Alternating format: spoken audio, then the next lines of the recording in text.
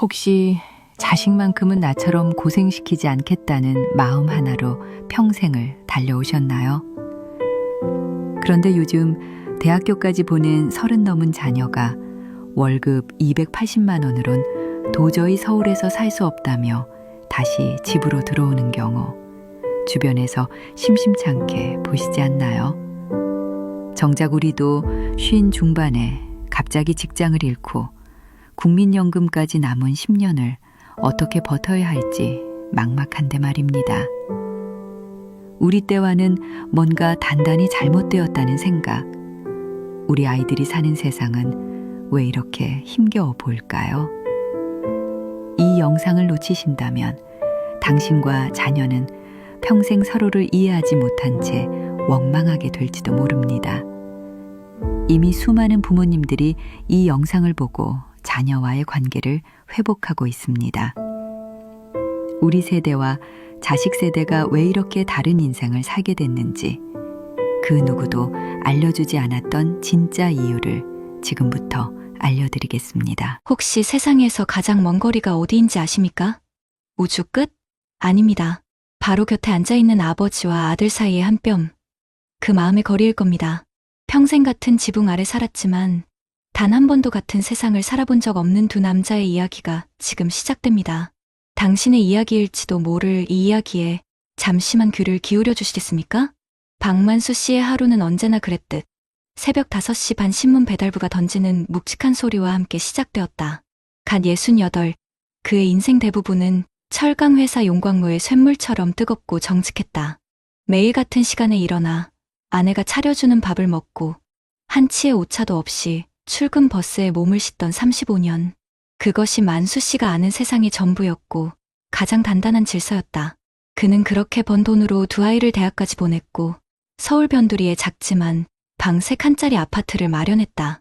성실이라는 훈장은 그의 유일한 자부심이었다. 하지만 그 자부심은 3년 전 명예로운 퇴직이라는 낯선 이름의 칼날에 베어 너덜너덜해졌다.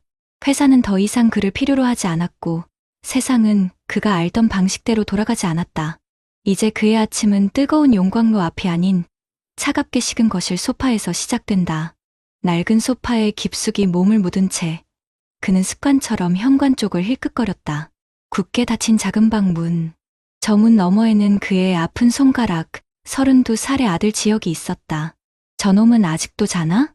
만수 씨의 목소리엔 잘 벼린 칼날 같은 날카로움이 묻어 있었다. 주방에서 아침을 준비하던 아내 순자 씨가 밥솥김 빠지는 소리와 함께 한숨을 내쉬었다. 어젯밤에도 새벽까지 뭘 하는 것 같던데 좀 내버려둬요. 알아서 하겠지. 알아서 뭘 해? 나이 30 넘어 애비 집에 얹혀 사는 게 알아서 하는 건가? 내 나이 때는, 아이고, 또 그놈의 내 나이 때는 소리. 순자 씨는 밥주걱을 든 채 돌아섰다. 그녀의 얼굴엔 수십 년간 남편의 레퍼토리를 들어온 자의 익숙한 체념이 서려 있었다. 만수 씨는 입을 꾹 다물었다. 그의 시절, 32은 이미 아이 둘의 아버지이자 한 집안의 가장이었다. 월급은 꼬박꼬박 통장에 찍혔고 그 돈을 모아 집 평수를 늘려가는 것이 삶의 유일한 낙이자 목표였다. 회사에 충성하면 미래가 보장되었고 노력하면 반드시 대가가 따랐다. 그가 살아온 세상은 그런 곳이었다. 그때 작은 방 문이 삐걱 소리를 내며 열렸다. 까치집 같은 머리를 한 지혁이 하품을 하며 걸어 나왔다. 아버지를 발견하고는 잠시 멈칫했지만 이내 못 본 척 주방으로 향했다. 냉장고 문을 열고 찬물을 들이켜는 아들의 굽은 등을 보며 만수 씨는 속에서 천불이 났다. 저 비싼 등록금을 들여 대학까지 졸업시킨 아들의 이력서에는 6개월짜리 인턴, 1년짜리 계약직 같은 환승의 기록만 가득했다. 정규직 공채는 하늘의 별 따기였고 월급 280만 원으로는 서울의 월세와 생활비를 감당할 수 없다며 1년 전 결국 집으로 다시 기어들어왔다. 너 어제 면접 본다는 회사는 어떻게 됐냐? 만수 씨가 기어이 참고 있던 말을 툭 던졌다. 지혁은 물컵을 내려놓으며 짧게 대답했다. 연락 없으면 떨어진 거죠 뭐. 뭐? 그게 할 소리야?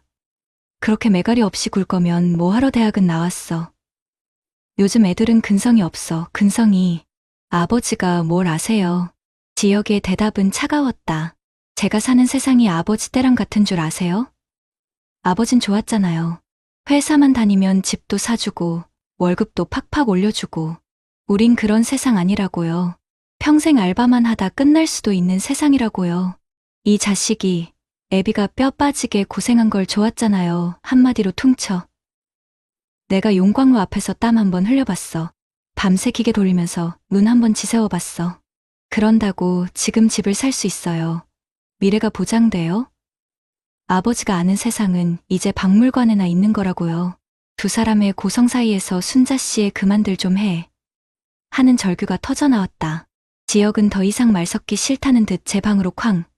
문을 닫고 들어가 버렸다. 거실에는 무거운 침묵과 함께 만수 씨의 거친 숨소리만 남았다. 그는 가슴을 툭툭 치며 소파에 주저앉았다. 단순한 분노가 아니었다. 이해할 수 없는 아들의 세상에 대한 깊은 무력감, 그리고 자신의 인생이 통째로 부정당한 것 같은 서러움이었다.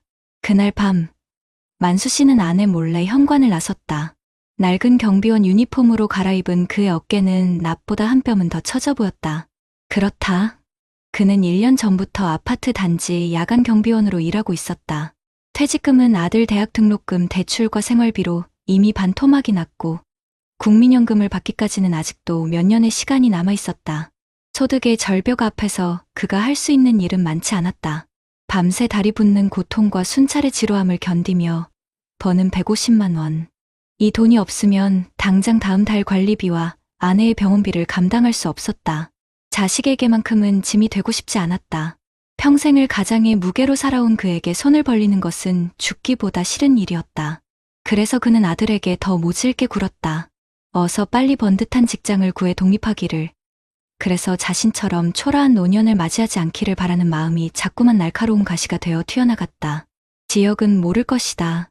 아버지가 밤마다 꾸벅꾸벅 졸며 지키는 이 아파트 단지 주차장 한편에서 배달 오토바이를 타고 헬멧을 쓴 채 쌩 지나가는 젊은 아들을 얼마나 복잡한 심경으로 바라보는지, 저렇게라도 제 밥벌이를 하는 게 기특하다가도 왜 저런 위태로운 일을 해야만 하는지 속이 상했다. 며칠 뒤 집안의 공기는 여전히 얼음장 같았다. 지혁은 작은 캐리어를 꺼내 짐을 싸기 시작했다. 순자 씨가 놀라 물었다. 지혁아, 이게 무슨 짐이니? 지방에 계약직 자리가 하나 났어요. 월세 지원도 해준다고 하고 여기서 아버지 눈치 보면서 사느니 그냥 내려가서 뭐라도 하려고요.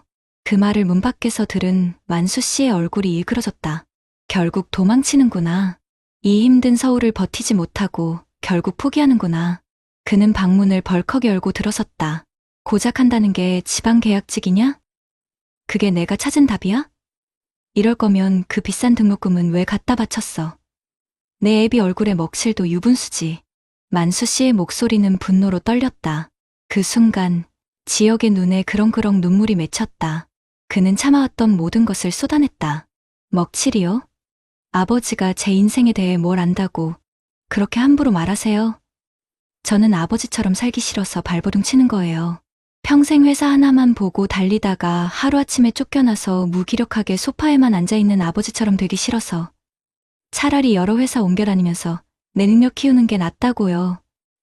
아버지가 틀렸다고요. 아버지의 그 성실이, 그 정답이 지금 세상에선 오답이라고요. 오답. 그 한마디가 만수 씨의 심장에 비수처럼 꽂혔다. 평생을 바쳐 쌓아올린 인생이 아들의 입에서 틀렸다는 한마디로 무너져 내리는 순간이었다. 그는 아무 대답도 하지 못했다. 할 수 없었다. 무너지는 가슴을 붙잡고 간신히 버티고 서 있는데 눈앞이 아찔해지며 세상이 빙글 돌았다. 아, 아버지. 지혁의 놀란 목소리를 마지막으로 만수 씨의 의식은 깊은 어둠 속으로 가라앉았다. 병원 복도는 소독약 냄새로 가득했다. 급성 심근경색. 의사는 조금만 늦었으면 위험했다고 말했다. 수술실 앞 의자에 주저앉은 지혁은 제 손으로 아버지를 쓰러뜨렸다는 죄책감에 고개를 들 수 없었다. 옆에서 너긋나간 표정으로 앉아있던 순자 씨가 흐느끼며 입을 열었다. 내 아버지가 내 눈에는 그냥 소파에 앉아있는 무기력한 늙은이로 보였니? 순자 씨는 떨리는 손으로 가방에서 꼬깃꼬깃한 종이 한 장을 꺼내 지혁에게 건넸다. 만수 씨의 경비원 월급 명세서였다. 내가 집으로 다시 들어온 날부터 내 아버지는 밤마다 저 일을 했어. 너한테 용돈 한 푼 못 주는 거 밥 한 번 제대로 못 사주는 거 미안해서 내 눈치 보일까봐, 혹시라도 내 기죽을까봐 새벽에 들어와서 쪽잠 자고 아무렇지 않은 척 소파에 앉아 있었던 거야. 너한테 잔소리한 거? 그거 무서워서 그런 거야. 너도 아비처럼 평생 일만 하다가 늙어서도 쉬지 못하는 인생 살게 될까봐. 그게 무서워서. 지역의 눈에서 뜨거운 눈물이 툭 월급 명세서 위로 떨어졌다. 153만 4,200원. 그 숫자 위에 아버지의 고단한 밤들이 굽은 어깨가 까맣게 타들어갔을 속이 겹쳐 보였다. 아버지는 틀린 게 아니었다. 오답 인생을 산 게 아니었다. 아버지는 그저 자신의 시대에서 가장 성실한 방법으로 가족을 지켜냈던 것이다. 자신이 이해하지 못했던 아버지의 세상과 아버지가 이해하지 못했던 자신의 세상. 그 두 개의 세상이 병원 복도에서 비로소 비극적으로 마주하고 있었다. 수술을 마친 만수 씨가 중환자실에서 눈을 떴을 때 가장 먼저 보인 것은 퉁퉁 부은 아들의 얼굴이었다. 만수 씨는 산소호흡기 너머로 힘겹게 입을 뗐다. 꼴이 이게 뭐냐? 아비라는 게 자식 앞에서. 자책 섞인 아버지의 말에 지역은 고개를 저으며 아버지의 거친 손을 잡았다. 온갖 굳은 살이 박여 돌멩이처럼 단단한 손이었다. 아니에요, 아버지. 제가 다 틀렸어요. 지역은 울음 섞인 목소리로 말했다. 그리고는 평생 가슴에 담아둘 한마디를 꺼냈다. 아버지가 걸어온 길이 틀린 게 아니었어요. 그냥 세상이 변해서 우리가 걸어야 할 길이 달라졌을 뿐이에요. 아버지는 아버지의 길에서 누구보다 훌륭한 가장이셨어요. 그 순간 만수 씨의 눈가에 평생 처음 보는 것 같은 맑은 이슬이 맺혔다. 아들의 따뜻한 손 위로 그 이슬이 방울져 떨어졌다. 두 사람은 아무 말도 하지 않았다. 하지만 그 침묵 속에서 68년의 세월과 32년의 세월이 서로를 뜨겁게 끌어안고 있었다.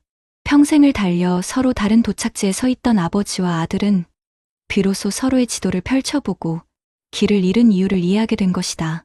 며칠 후 퇴원한 만수 씨는 지역과 함께 아파트 베란다에 나란히 서서 해가 지는 도시를 바라보았다. 지역은 지방으로 떠나지 않았다. 대신 아버지의 병원비에 보태겠다며 다시 배달 아르바이트를 시작했다. 만수 씨는 더 이상 아들을 타박하지 않았다. 그저 묵묵히 아들이 내미는 따뜻한 커피 잔을 받아들 뿐이었다. 아버지, 저 하고 싶은 게 생겼어요. 배달하면서 보니까 어르신들 식사 챙겨드리는 게 보통 일이 아니더라고요. 그래서 실버푸드 관련해서 작은 사업이라도 한번 해볼까 해요. 정부 지원 같은 것도 좀 알아보고. 만수 씨는 말없이 고개를 끄덕였다. 아들의 얼굴에는 예전과 다른 단단한 빛이 서려 있었다. 정규직이 아니면 뭐 어떤가. 대기업이 아니면 또 어떤가.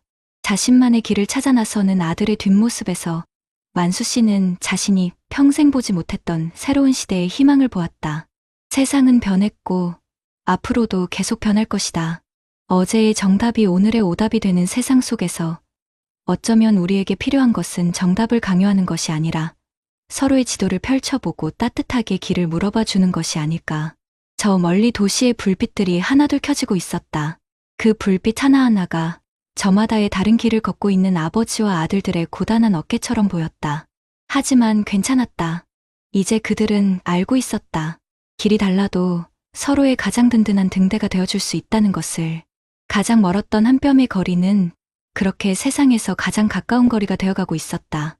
여러분 어떠시나요? 위의 사례는 정말 비참하고 서글픈 인생 아닌가요? 하지만 지금부터 소개해드리는 사례는 정반대의 선택으로 행복한 노후를 보내고 있는 분을 소개해드리겠습니다. 경기도 양평의 한적한 전원주택, 흙냄새와 섞인 짙은 편백나무 향이 코끝을 감싸는 이곳에 김진태 65씨의 세상이 있습니다. 그의 아침은 쇳소리나 신문 뭉치 떨어지는 소리가 아닌 그가 직접 만든 원목 테이블 위에서 아내 혜숙 씨와 커피를 내리는 향긋한 소리로 시작됩니다. 65. 그의 얼굴엔 그늘 대신 자신이 가꾼 나무의 나이테처럼 편안하고 깊은 미소가 자리 잡고 있습니다. 30년간 종합상사에 몸담았던 그의 인생 전반전이 수출 서류와 해외 바이어들로 채워졌다면 후반전은 대패와 사포, 그리고 세상에 단 하나뿐인 가구를 기다리는 고객들의 설렘으로 채워지고 있습니다. 성실이라는 훈장 위에 지혜라는 훈장을 하나 더 단 그의 이야기는 어쩌면 우리가 놓치고 있던 또 다른 삶의 정답지일지도 모릅니다. 지금이야 웃으며 말하지만 진태 씨에게도 칼바람이 불던 시절은 있었습니다. 2000년대 초반, 외환위기의 한파가 채 가시지 않은 회사에서 그는 매일 살얼음판을 걷는 기분이었습니다. 25년간 청춘을 바친 회사였지만 세상은 평생 직장이라는 단어를 빠르게 지워나가고 있었습니다. 어느 날 오후, 입사 동기이자 가장 친한 친구였던 박 부장이 면담실로 불려 들어갔다 나오는 것을 보았습니다. 30분 만에 나온 친구의 얼굴은 모든 빛을 잃은 잿빛이었습니다. 그날 저녁 소주잔을 기울이며 친구는 목 놓아 울었습니다. 진태야, 내가 뭘 잘못했냐. 애들 학자금에 아파트 대출금은 아직 한참인데 난 이제 뭐 먹고 사냐. 친구의 어깨 너머로 보이던 허름한 포장마차의 풍경. 그것은 곧 닥쳐올 자신의 미래 예고편처럼 섬뜩하게 다가왔습니다. 그날 밤, 진태 씨는 잠들지 못했습니다. 아내와 두 아이의 자는 모습을 보며 그는 깨달았습니다. 내 이름 석 자가 새겨진 명함의 부장이라는 직함은 회사의 것이지 온전한 나의 것이 아니라는 것을. 내 손으로 나 자신을 먹여 살릴 기술이 없다면 나 역시 언젠가 저 친구처럼 모든 것을 잃고 길거리에 나앉을 수 있다는 서늘한 공포가 그를 덮쳤습니다. 남의 이야기라고 외면했던 구조조정의 칼날이 내 목 바로 밑까지 와 있다는 것을 깨달은 그 순간 그는 인생의 경로를 수정하기로 결심했습니다. 다음 날부터 진태 씨의 이중생활이 시작되었습니다. 낮에는 누구보다 치열한 김 부장이었지만 퇴근 후와 주말에는 먼지 날리는 목공 학원의 김수강생이 되었습니다. 회식과 골프 약속을 줄이고 그 돈과 시간을 고스란히 나무에 쏟아부었습니다. 처음엔 손에 물집이 잡히고 기계 소리에 귀가 먹먹했지만 거친 나무 토막이 그의 손을 거쳐 매끈한 의자로 변해가는 과정은 그 어떤 승진보다 큰 성취감을 안겨주었습니다. 아내 혜숙 씨는 처음엔 그 나이에 무슨 고생이냐며 말렸지만 남편의 눈에서 평생 처음 보는 생기와 열정을 발견하고는 이내 가장 든든한 지원군이 되어주었습니다. 퇴직 5년 전부터는 작은 창고를 얻어 진태네 목공소라는 이름으로 주말에만 주문 제작을 받기 시작했습니다. 처음에는 지인들의 부탁으로 아기 침대나 책장을 만들어주던 것이 입소문을 타면서 블로그를 통해 주문이 들어오기 시작했습니다. 월급 외에 매달 50만 원, 100만 원씩 통장에 찍히는 내 기술로 번 돈은 단순한 수입 이상의 자신감이 되어주었습니다. 진태 씨에게는 웹툰 작가로 활동하는 아들 민준이 있습니다. 박만수 씨의 아들처럼 번듯한 대기업에 다니는 것은 아니었지만 진태 씨는 단 한 번도 아들의 길을 나무란 적이 없었습니다. 오히려 그는 아들에게 먼저 손을 내밀었습니다. 아들아, 내가 이런 걸 만드는데 젊은 사람들은 어떻게 팔아야 좋아하겠냐? 내가 아버지 좀 도와다오. 민주는 아버지의 부탁에 신이 나서 목공소의 온라인 스토리를 꾸미고 감성적인 사진을 찍어 SNS에 올리는 법을 알려주었습니다. 아버지가 나무를 깎아 형태를 만들면 아들은 그 위에 디지털로 옷을 입혀 세상에 알렸습니다.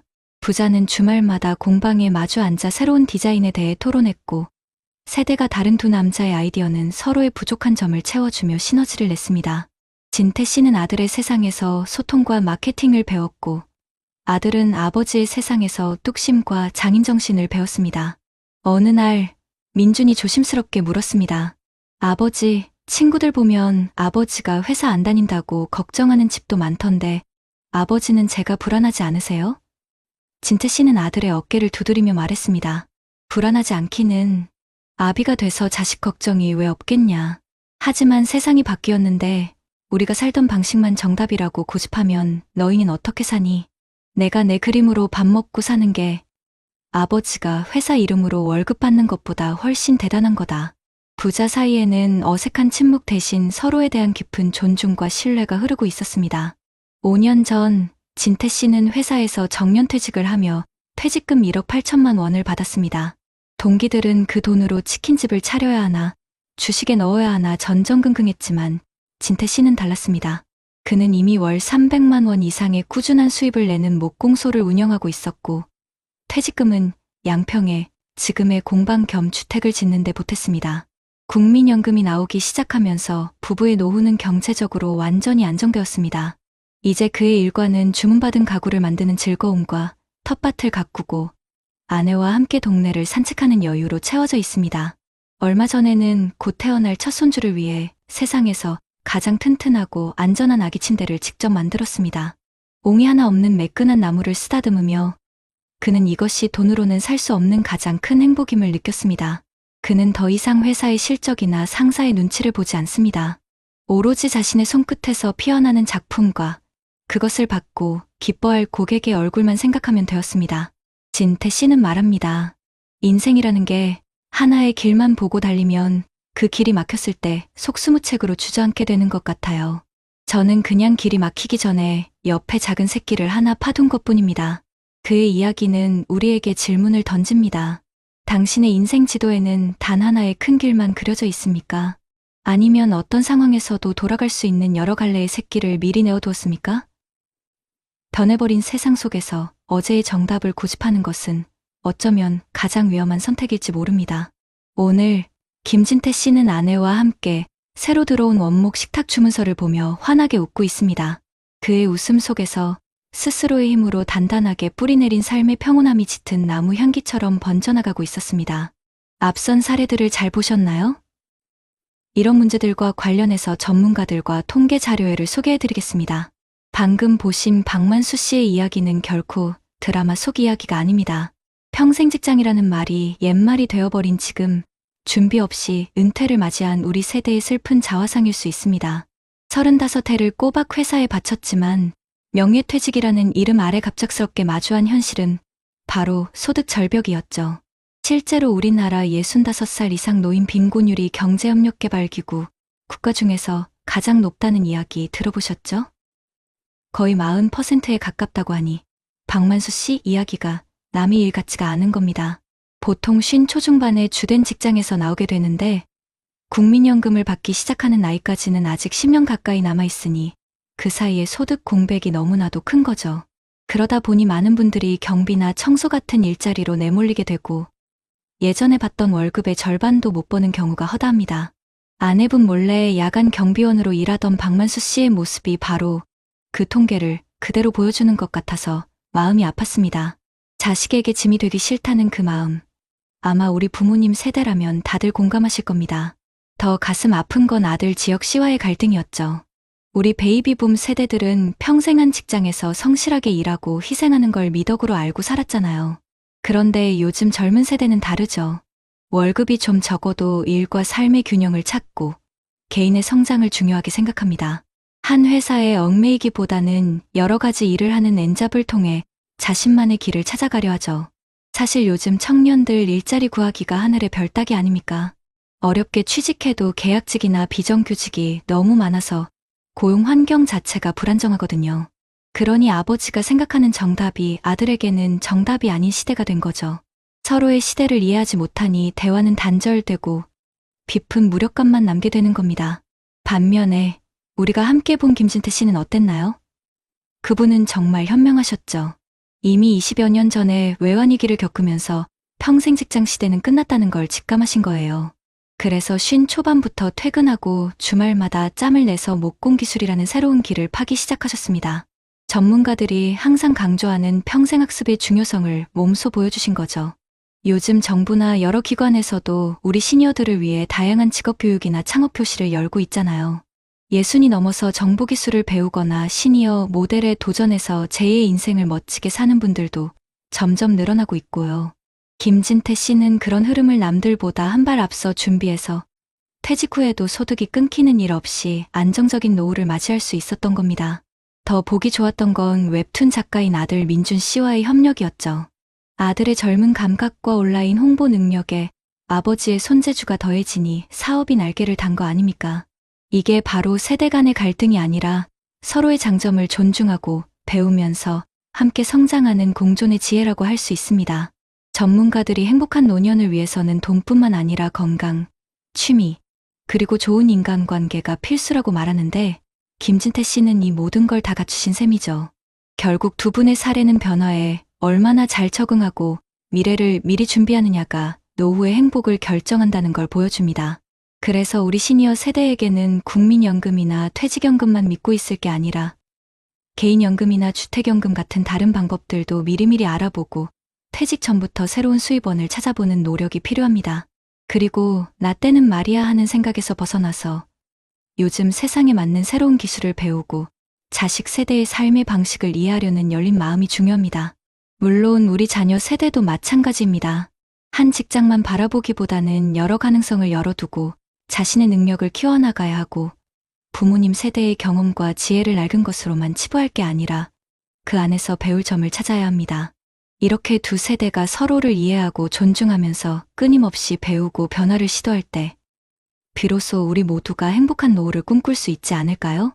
그렇다면 앞선 사례들을 해결할 수 있는 방법은 무엇이 있을까요? 박만수 씨의 이야기부터 다시 살펴보죠. 퇴직 후 갑작스럽게 닥쳐온 소득 절벽은 많은 시니어들이 겪는 현실입니다.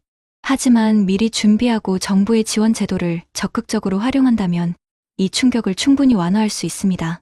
예를 들어 신중년 경력 이음 사업이나 중장년 일자리 희망센터를 통해 자신의 35년 경력을 살릴 수 있는 맞춤형 재취업 기회를 찾아보는 거죠. 단순 야간 경비직이 아니라 축적된 노하우를 활용할 다른 길을 모색할 수 있는 겁니다. 또 국민 내 일배움 카드 제도를 활용해 보세요. 1인당 최대 500만 원까지 훈련비를 지원받아 전기기사나 주택관리사 같은 새로운 기술 자격증을 취득한다면 더 나은 소득을 얻을 수 있는 전문직으로 전환할 수도 있습니다. 단순히 돈을 버는 것을 넘어 새로운 기술을 배우는 과정 자체가 삶의 활력을 불어넣을 수도 있고요. 그리고 박만수 씨가 소유한 방 3칸짜리 아파트는 노후의 든든한 자산이 될 수 있습니다. 바로 주택연금 제도를 활용하는 거죠. 주택을 담보로 평생 또는 일정 기간 동안 매월 연금식으로 생활비를 받을 수 있는 제도로 자녀에게 부담을 주지 않으면서도 안정적인 월 소득을 확보할 수 있어 소득 절벽에 큰 울타리가 되어줄 수 있습니다.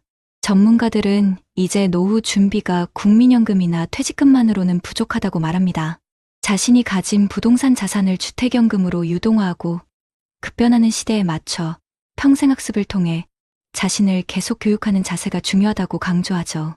50대부터는 퇴직 이후의 삶을 구체적으로 설계하고 정부의 지원 제도를 적극적으로 찾아 활용하는 정보력이 필수라는 점 꼭 기억해 주세요. 다음은 박만수 씨와 아들 지혁 씨처럼 세대 간 갈등을 겪는 경우인데요. 이는 비단 한 가족의 문제가 아니라 사회 전반의 문제입니다. 하지만 김진태 씨 부자처럼 지혜롭게 협력한다면 오히려 시너지를 낼 수 있습니다. 서울시 50플러스 재단 같은 곳에서는 시니어의 경험과 청년의 디지털 역량을 결합하는 세대 통합 프로그램을 다양하게 운영하고 있습니다. 작년 인재 서포터즈 같은 사업에 참여해서 시니어 멘토가 청년 창업가를 돕는 방식으로 박만수 씨의 오랜 경험이 아들 지혁 씨의 실버푸드 사업 아이디어에 귀한 조언이 될 수도 있었겠죠.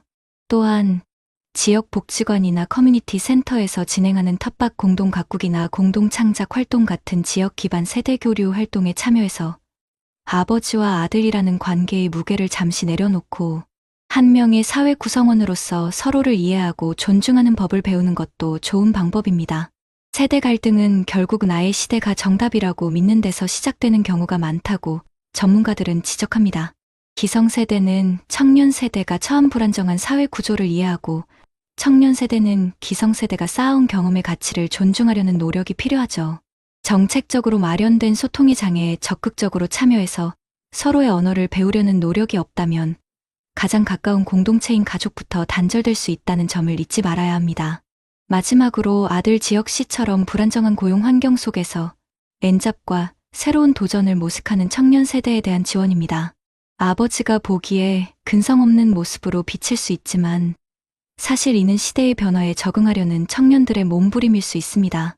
지혁 씨가 실버푸드 사업이라는 구체적인 목표를 세웠다면 정부의 청년창업사관학교나 다양한 청년창업지원 펀드는 아이디어를 현실로 만드는데 필요한 자금과 멘토링을 제공해 줄 수 있습니다.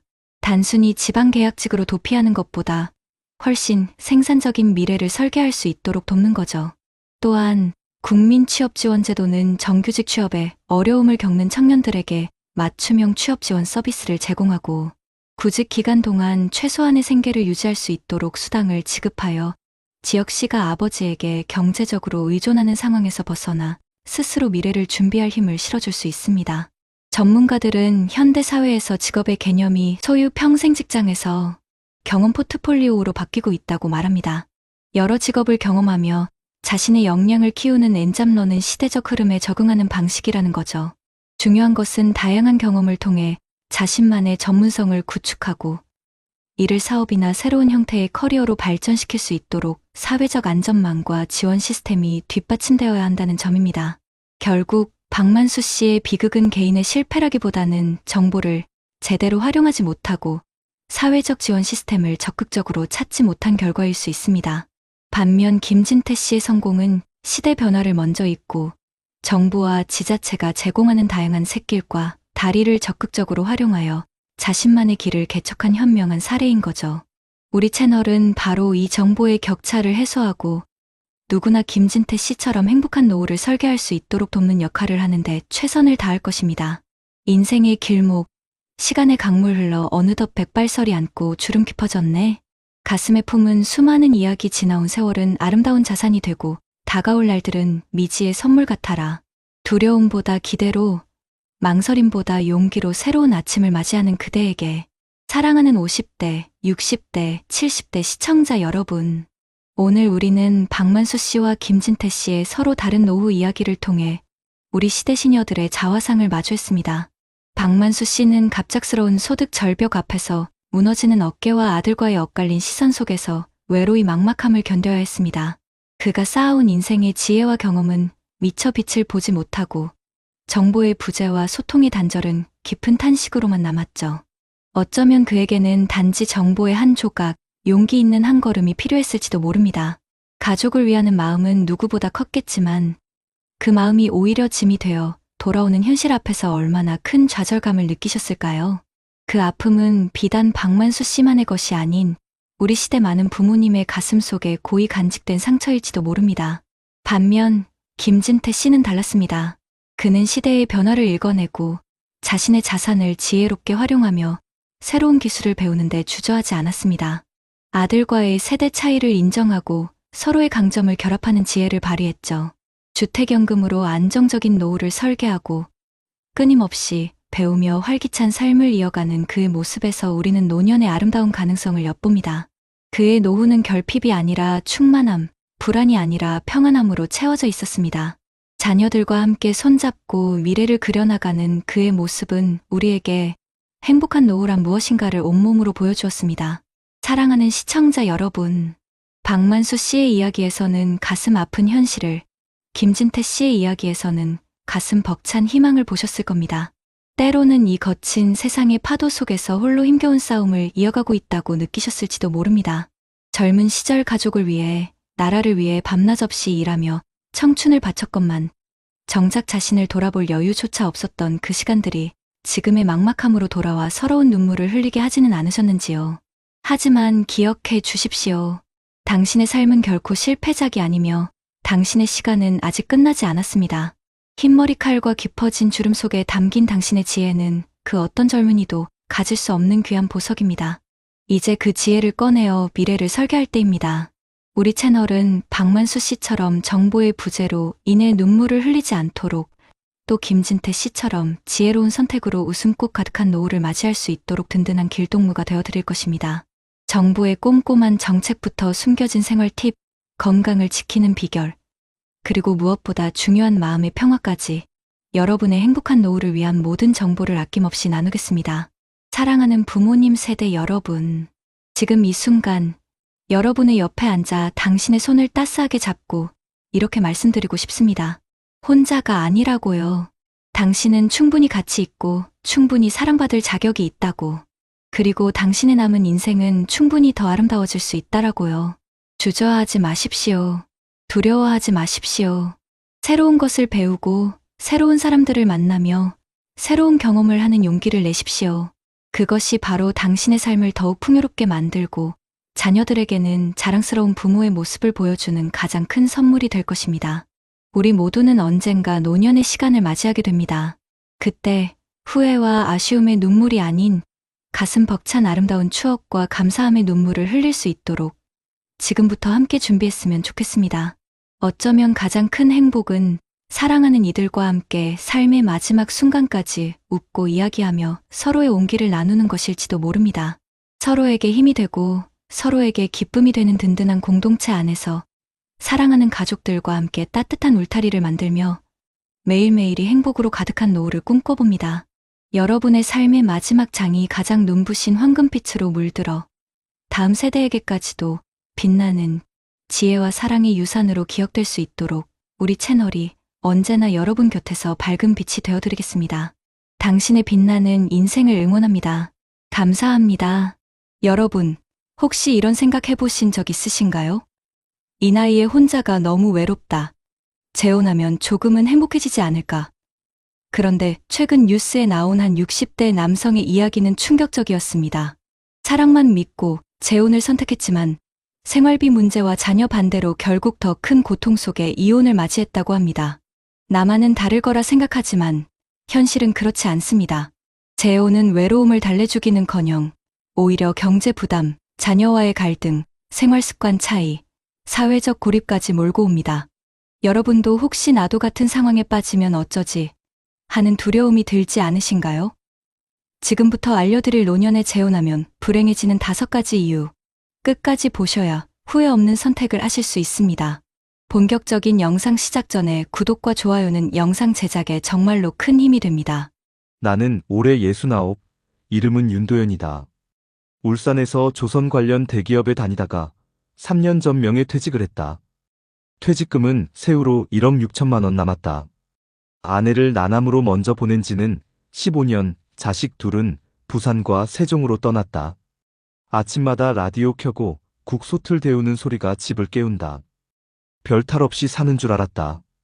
그러다 구청 사진 동아리에서 오미라라는 사람을 만났다. 67살 적당히 활기찬 사람, 걷고 사진 찍고 국악을 좋아한다 했다. 봄부터 가을까지 우리는 강변을 걷고 휴대폰으로 서로의 그림자를 찍었다. 남은 시간 서로 의지하며 살자는 말이 너무 쉽게 입에 붙었다. 내 마음은 오래 굶던 이가 따끈한 국물 앞에 앉은 것처럼 풀어졌다. 문제는 계약서처럼 찾아왔다. 2025년 전기가스 요금이 또 올랐고 병원비 청구서는 두꺼워졌다. 혼자 살 땐 대충 넘기던 고지서가 둘이 되자 숫자가 칼날처럼 반짝였다. 동거를 먼저 해보자고 결정한 지 한 달, 첫 관리비가 23만 원을 찍었다. 나는 겨울이니 그럴 수 있지라며 웃어 넘기려 했다. 미라는 전등 스위치를 매번 끄며 낭비라고 말했다. 냉장고 앞에서 우리는 처음으로 말끝을 세웠다. 나는 당뇨라 반찬을 싱겁게 먹고 미라는 매운 걸로 속을 달랜다. 같은 상에서 다른 국을 먹는 날이 늘었다. 돈 이야기는 더 날카로웠다. 나는 퇴직금 일부로 예적금을 묶어두었고 미라는 남편 사망보험금에서 남은 비상금을 자식 결혼 때 쓰려고 따로 챙겨두었다 했다. 서로의 통장은 투명하게 열자는 내 말에 미라는 미간을 좁혔다. 나 또한 서랍 깊숙한 봉투까지 보이고 싶진 않았다. 그때 부산에 있는 딸이 전화를 했다. 아빠, 통장 공동은 절대 안 돼. 재혼 사기 뉴스 못 보셨어요? TV에서 노년 재혼 피해 보도가 돌았다. 며칠 뒤 미라의 아들도 세종에서 올라와 말했다. 엄마, 재산은 분리각서 필수야. 테이블 위엔 계산기와 인감도장이 나란히 놓였다. 사랑이 글자와 도장 사이에서 작아지는 느낌을 나는 분명히 보았다. 사람들은 우리를 이야깃거리로 삼았다. 시장에서 장을 보는데 뒤에 아주머니들이 속삭였다. 요즘에도 저 나이에 재혼을 해? 약국에서는 두 분이 부부 맞으시죠? 라며 처방전 이름을 3번 확인했다. 경로당에서는 둘이 오면 분위기가 어색해진다는 말이 내 귀에 박혔다. 나는 목요일마다 가던 장기 모임을 한 번 쉬었다. 미라는 노래교실을 그만두었다. 함께 살자던 약속이 함께 덜 나가자는 약속으로 변했다. 갈등은 집안에서도 자랐다. 나는 새벽 5시 라디오 뉴스를 듣지 않으면 하루가 뒤틀린다. 미라는 밤 11시 드라마 본방을 놓치면 기분이 상한다. 처음엔 서로 이어폰으로 타협했지만 나는 귀가 먹먹해졌고 미라는 잠이 뒤틀렸다. 우리는 결국 방을 따로 쓰기 시작했다. 같은 집에서 같은 이불을 덮지 않는 밤이 새어졌다. 그 사이 서랍 속에서 오래된 흑백 사진이 불쑥 튀어나왔다. 젊은 날의 내 아내, 웃음이 눈빛에 남아있는 사진. 미라의 거실에는 먼저 간 남편과의 가족 사진이 여전히 있었다. 사진은 말이 없지만 존재 자체로 질문을 던졌다. 우리는 정말 지금을 사랑하고 있나? 건강 문제도 빠질 수 없었다. 나는 대학병원 당뇨 외래를 한 달에 한 번 간다. 진료비와 약값을 합치면 대략 10수만 원이 든다. 미라는 동네 의원도 충분하다며 병원을 줄이자 했다. 당뇨는 관리가 생명이라는 내 말은 잔소리가 되었다. 반대로 미라는 무릎 통증이 있어 주사 치료를 받는다며 이번 달은 내가 더 썼다는 메모를 냉장고에 붙여두었다. 우리는 서로의 통증보다 서로의 지출을 먼저 확인하는 사람이 되어가고 있었다. 자식 문제는 폭탄처럼 예고 없이 터졌다. 부산의 딸은 손주 용돈을 예전처럼 넉넉히 주지 않았다며 서운해했고, 세종의 아들은 엄마가 요즘 왜 이렇게 아끼느냐며 내 눈치를 보았다. 명절 상에서 호칭을 정하지 못해 공기가 무거워졌다. 내 자식은 미라를 이름으로 불렀고, 미라의 자식은 나를 선생님이라 불렀다. 누구도 아버지, 어머니를 꺼내지 않았다. 식탁 가운데 놓인 잡채가 식어갔다. 그럼에도 우리는 쉽게 물러서지 않기로 했다. 외로움은 분명 우리를 이 자리로 이끌었다. 그러나 2025년의 장바구니, 물가, 보험료 고지서, 노년 재혼위험이라는 검색어가 매번 마음을 흔든다. 어느 밤 전기요금을 반씩 나눠 이체한 뒤 불을 끄고 거실에 앉아 있었다. 창밖에서 화물차가 지나가고 광고 전단지가 현관 밑으로 밀려 들어왔다. 나는 들리지 않는 목소리로 이렇게 중얼거렸다. 우리는 지금 사랑을 시작하는 걸까? 비용을 나누는 걸까?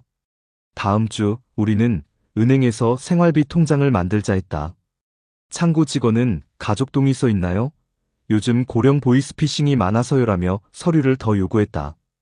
밖으로 나오니 미라는 화분 흙을 털었고 나는 말이 없었다. 둘의 침묵은 오래된 벽지처럼 군데군데 일어났다. 그리고 오늘 달력은 또 관리비 납부일을 가리킨다. 휴대폰 알림이 진동으로 훑고 지나간다. 나는 전자영수증을 확인하고 한숨을 내쉰다. 숫자는 선명하고 우리의 마음은 흐릿하다. 그렇게 일부의 끝자락에서 나는 깨닫는다. 노년의 재혼을 흔드는 첫 번째 파도는 언제나 돈이지만 그 파도를 키우는 바람은 사소함이라는 것을. 작은 취향, 작은 생활, 작은 말. 그 작은 것들이 매일 자라 우리를 벽처럼 세운다. 그 벽 앞에서 나는 여전히 묻는다. 그래도 우리는 서로에게 봄이 될 수 있을까? 창밖 사이렌이 멀어지고 창틀엔 묵은 빗냄새가 스며든다. 냉장고가 켜졌다 꺼지고 시계 초침이 흐른다. 시간이 갈수록 숨은 더 막혔다. 올여름 폭염이 길어지자 전기요금 고지서엔 28만 원이라는 숫자가 찍혔다. 냉방비 탓이라 알면서도 그 종이를 바라보는 순간 등골이 오싹했다.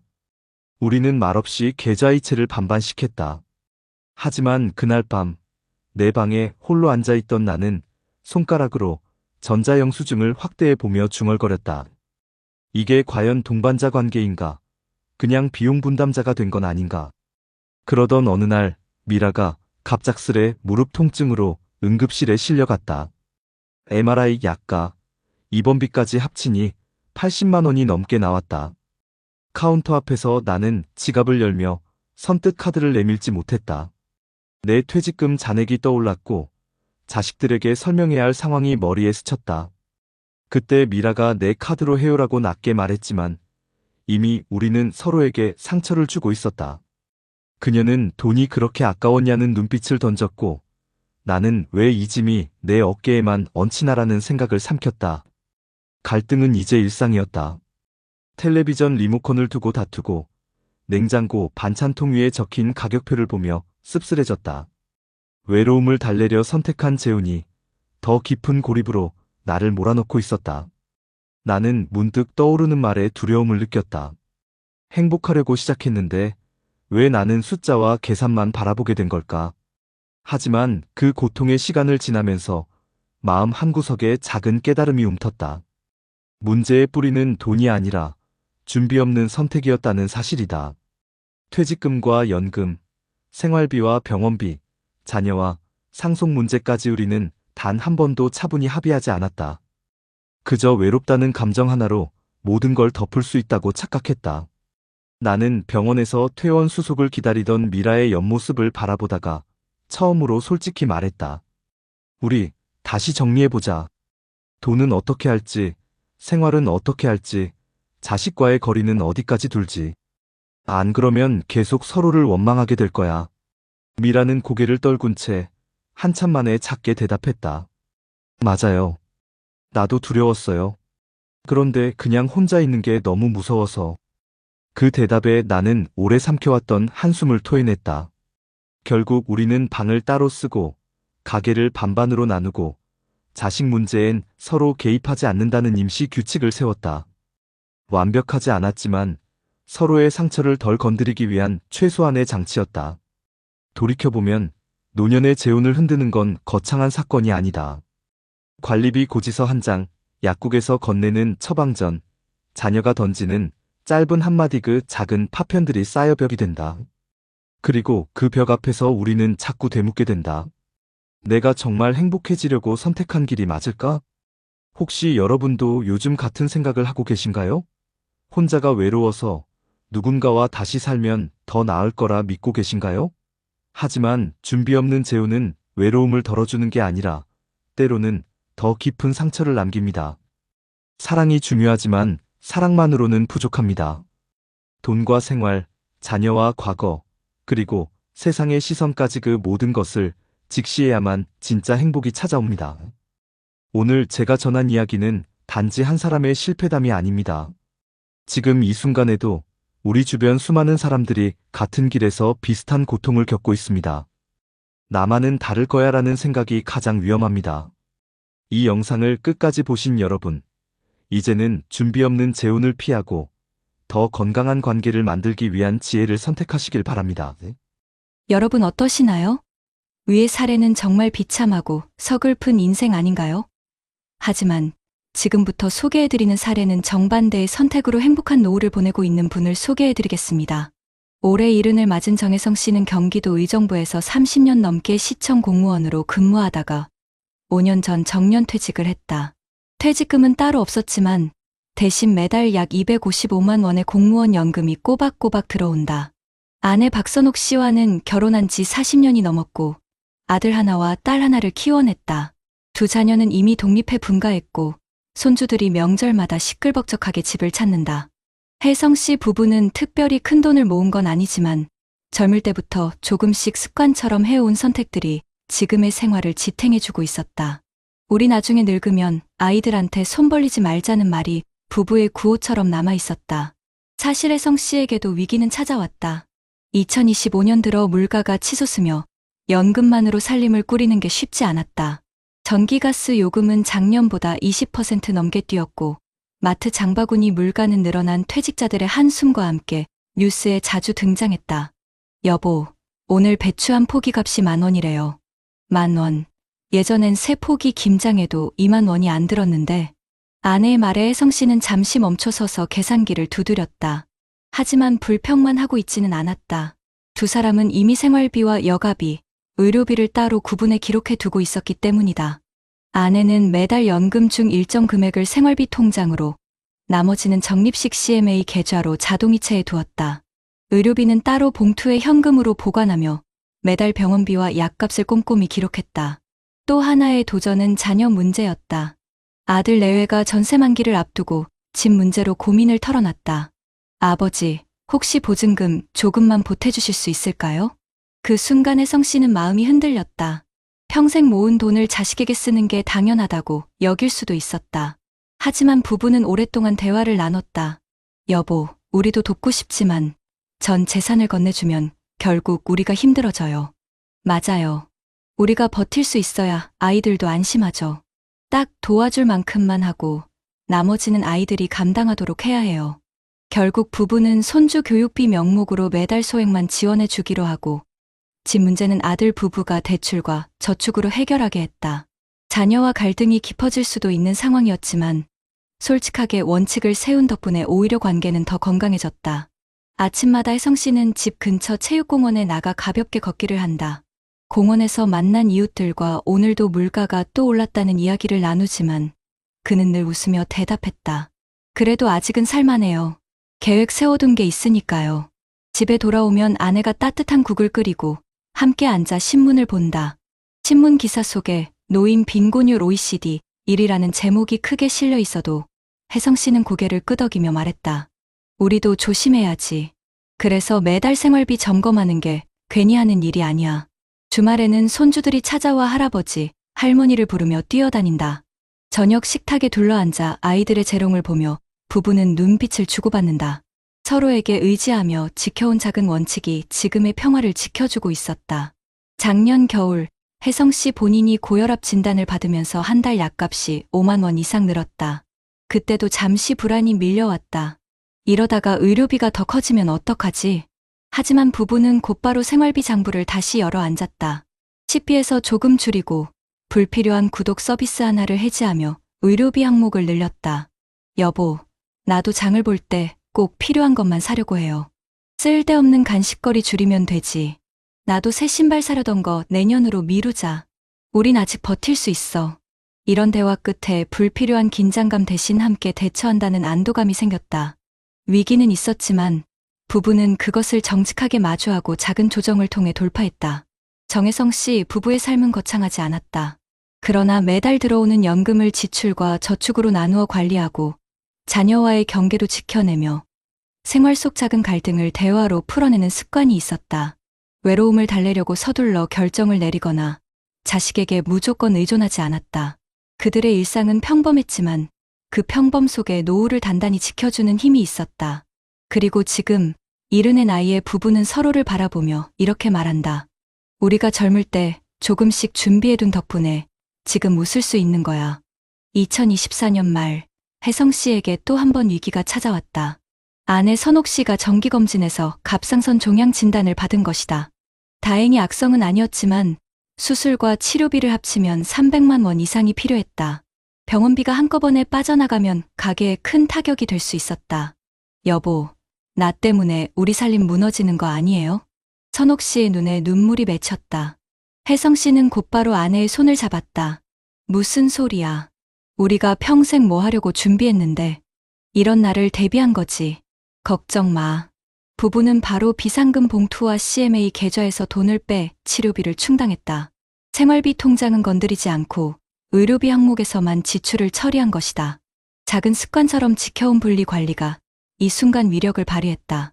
수술은 무사히 끝났고 아내는 회복 중이었다. 병원비로 큰돈이 나갔지만 생활은 무너지지 않았다. 그날 밤 혜성 씨는 조용히 중얼거렸다. 우리가 늘 지켜온 원칙이 이렇게 큰 힘이 되는구나. 아내가 회복하는 동안 두 사람은 매일 작은 산책을 했다. 동네 공원 벤치에 앉아 혜성 씨는 아이들과 손주 이야기를 꺼냈다. 우리 애들이 집 문제로 부탁할 때 솔직히 마음이 약해지긴 했지. 나도 그래요. 부모 마음이 다 그렇잖아요. 그런데 우리가 원칙을 세워서 참 다행이에요. 지금 우리가 쓰러졌다면 애들도 오히려 더 힘들었을 거예요. 그 대화 속에서 부부는 서로의 선택을 다시 한번 확인했다. 자식에게 전부를 내주지 않고 노후를 스스로 책임진다는 원칙, 그것이 오히려 자식과의 관계를 지켜주고 있었다. 손주들이 놀러와 웃음을 터뜨릴 때 그 평화는 더욱 분명하게 느껴졌다. 2025년 봄, 혜성 씨는 친구 모임에 나갔다. 같은 나이 또래 친구 중 몇몇은 재혼 문제로 갈등하거나 퇴직금을 다 써버리고 자녀에게 의존하다가 힘든 상황에 놓여 있었다. 도연이는 퇴직금 다 날려서 지금 월세 산다더라. 또 한 명은 자식한테 전 재산 주고 나서 돌봄조차 못 받는다네. 그 이야기를 들으며 혜성 씨는 마음이 무거워졌다. 하지만 동시에 확신이 생겼다. 우리가 지켜온 습관이 결국 우리를 지켜준 거구나.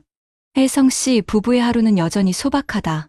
아침에 같이 신문을 읽고 점심은 김치찌개를 함께 끓여 나눠 먹고 저녁에는 동네 마트를 걸어다니며 장을 본다. 특별한 호화로움은 없지만 그들의 얼굴에는 안정감이 있다. 퇴직 후 외로움을 달래기 위해 서둘러 재혼을 택한 사람들의 이야기가 뉴스에 자주 나온다. 하지만 혜성 씨 부부는 준비 없는 선택이 가장 큰 위험이라는 사실을 몸소 보여주고 있었다. 여보, 앞으로도 아껴 쓰고 건강 잘 챙기면서 손주들 뛰어노는 거 오래오래 같이 보자. 그래요. 우리가 지금까지 해온 것처럼 조금씩만 지켜가면 돼요. 두 사람의 대화는 거창하지 않았지만 바로 그 평범함이 노후의 가장 큰 행복이었다. 여러분, 이 이야기는 단순히 한 부부의 사례가 아닙니다. 2025년 대한민국 우리 주변 수많은 6070대의 현실이기도 합니다.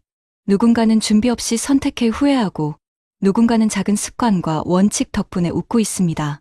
나만은 다를 거야라는 안일함이 아니라 나도 준비해야지라는 다짐이 필요합니다.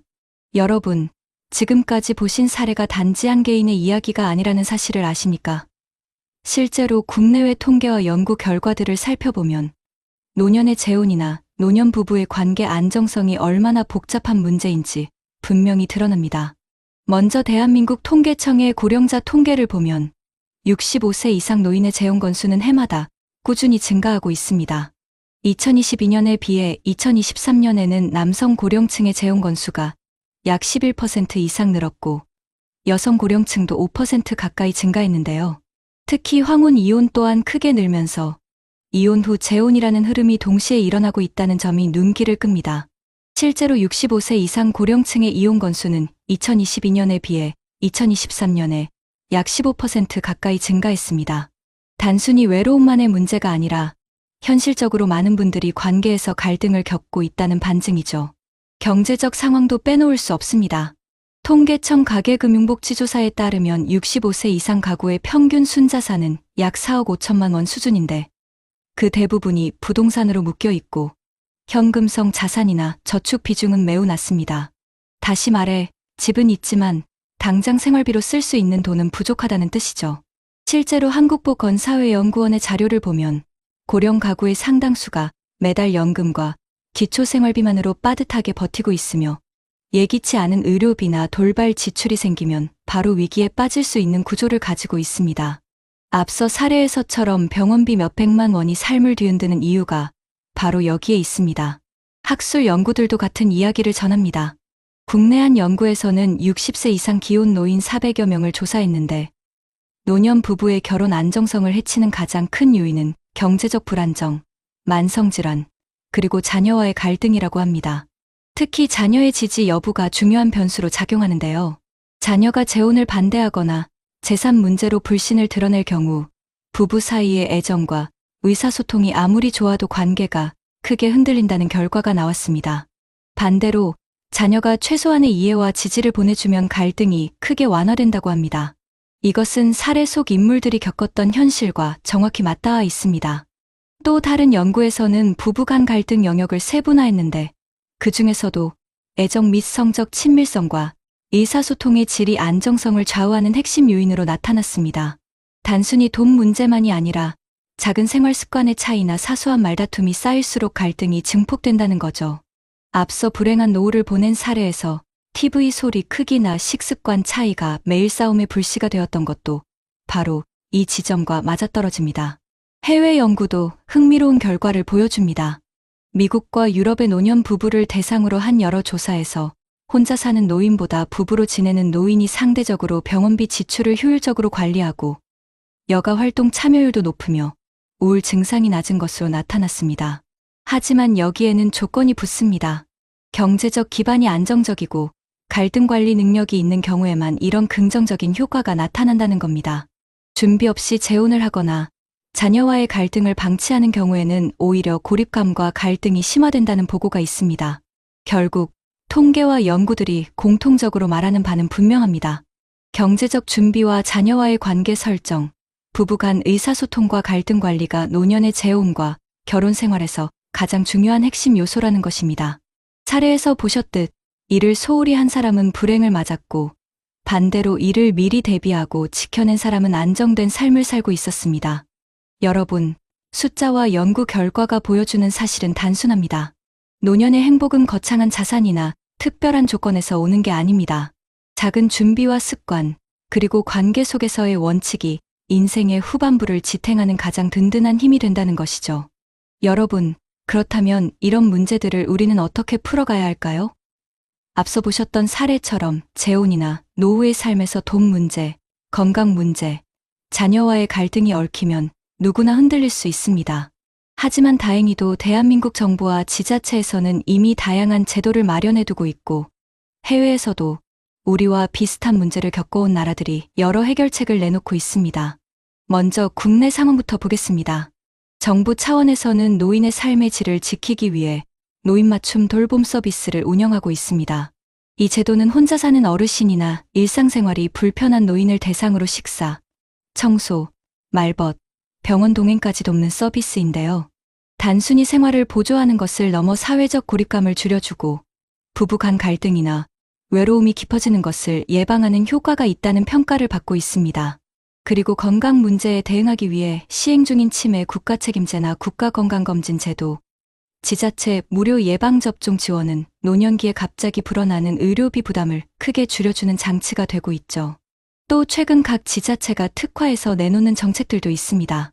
예를 들어 경기도의 몇몇 시군에서는 세대 통합 복합문화시설을 조성해 노인과 청년, 지역 주민이 함께 교류할 수 있는 공간을 만들고 있습니다.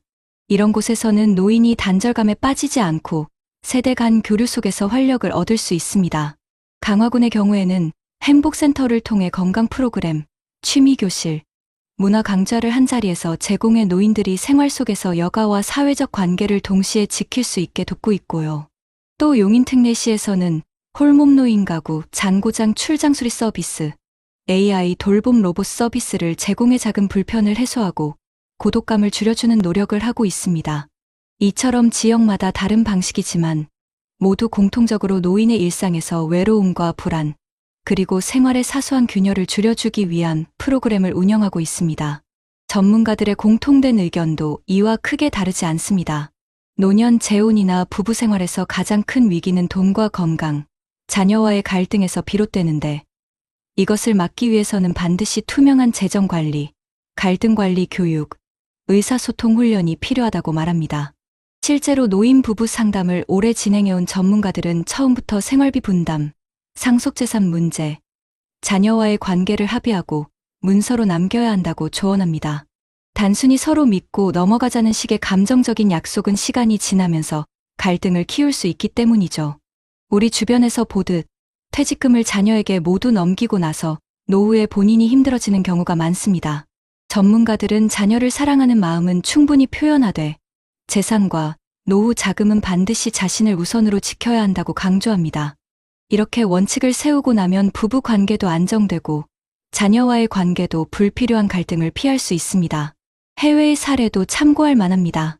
미국에서는 가족 돌봄 제공자 지원 프로그램이 있습니다. 이 제도는 나이 든 부모를 돌보는 가족에게 정부가 상담, 휴식, 돌봄 서비스 지원을 해주는 것인데요.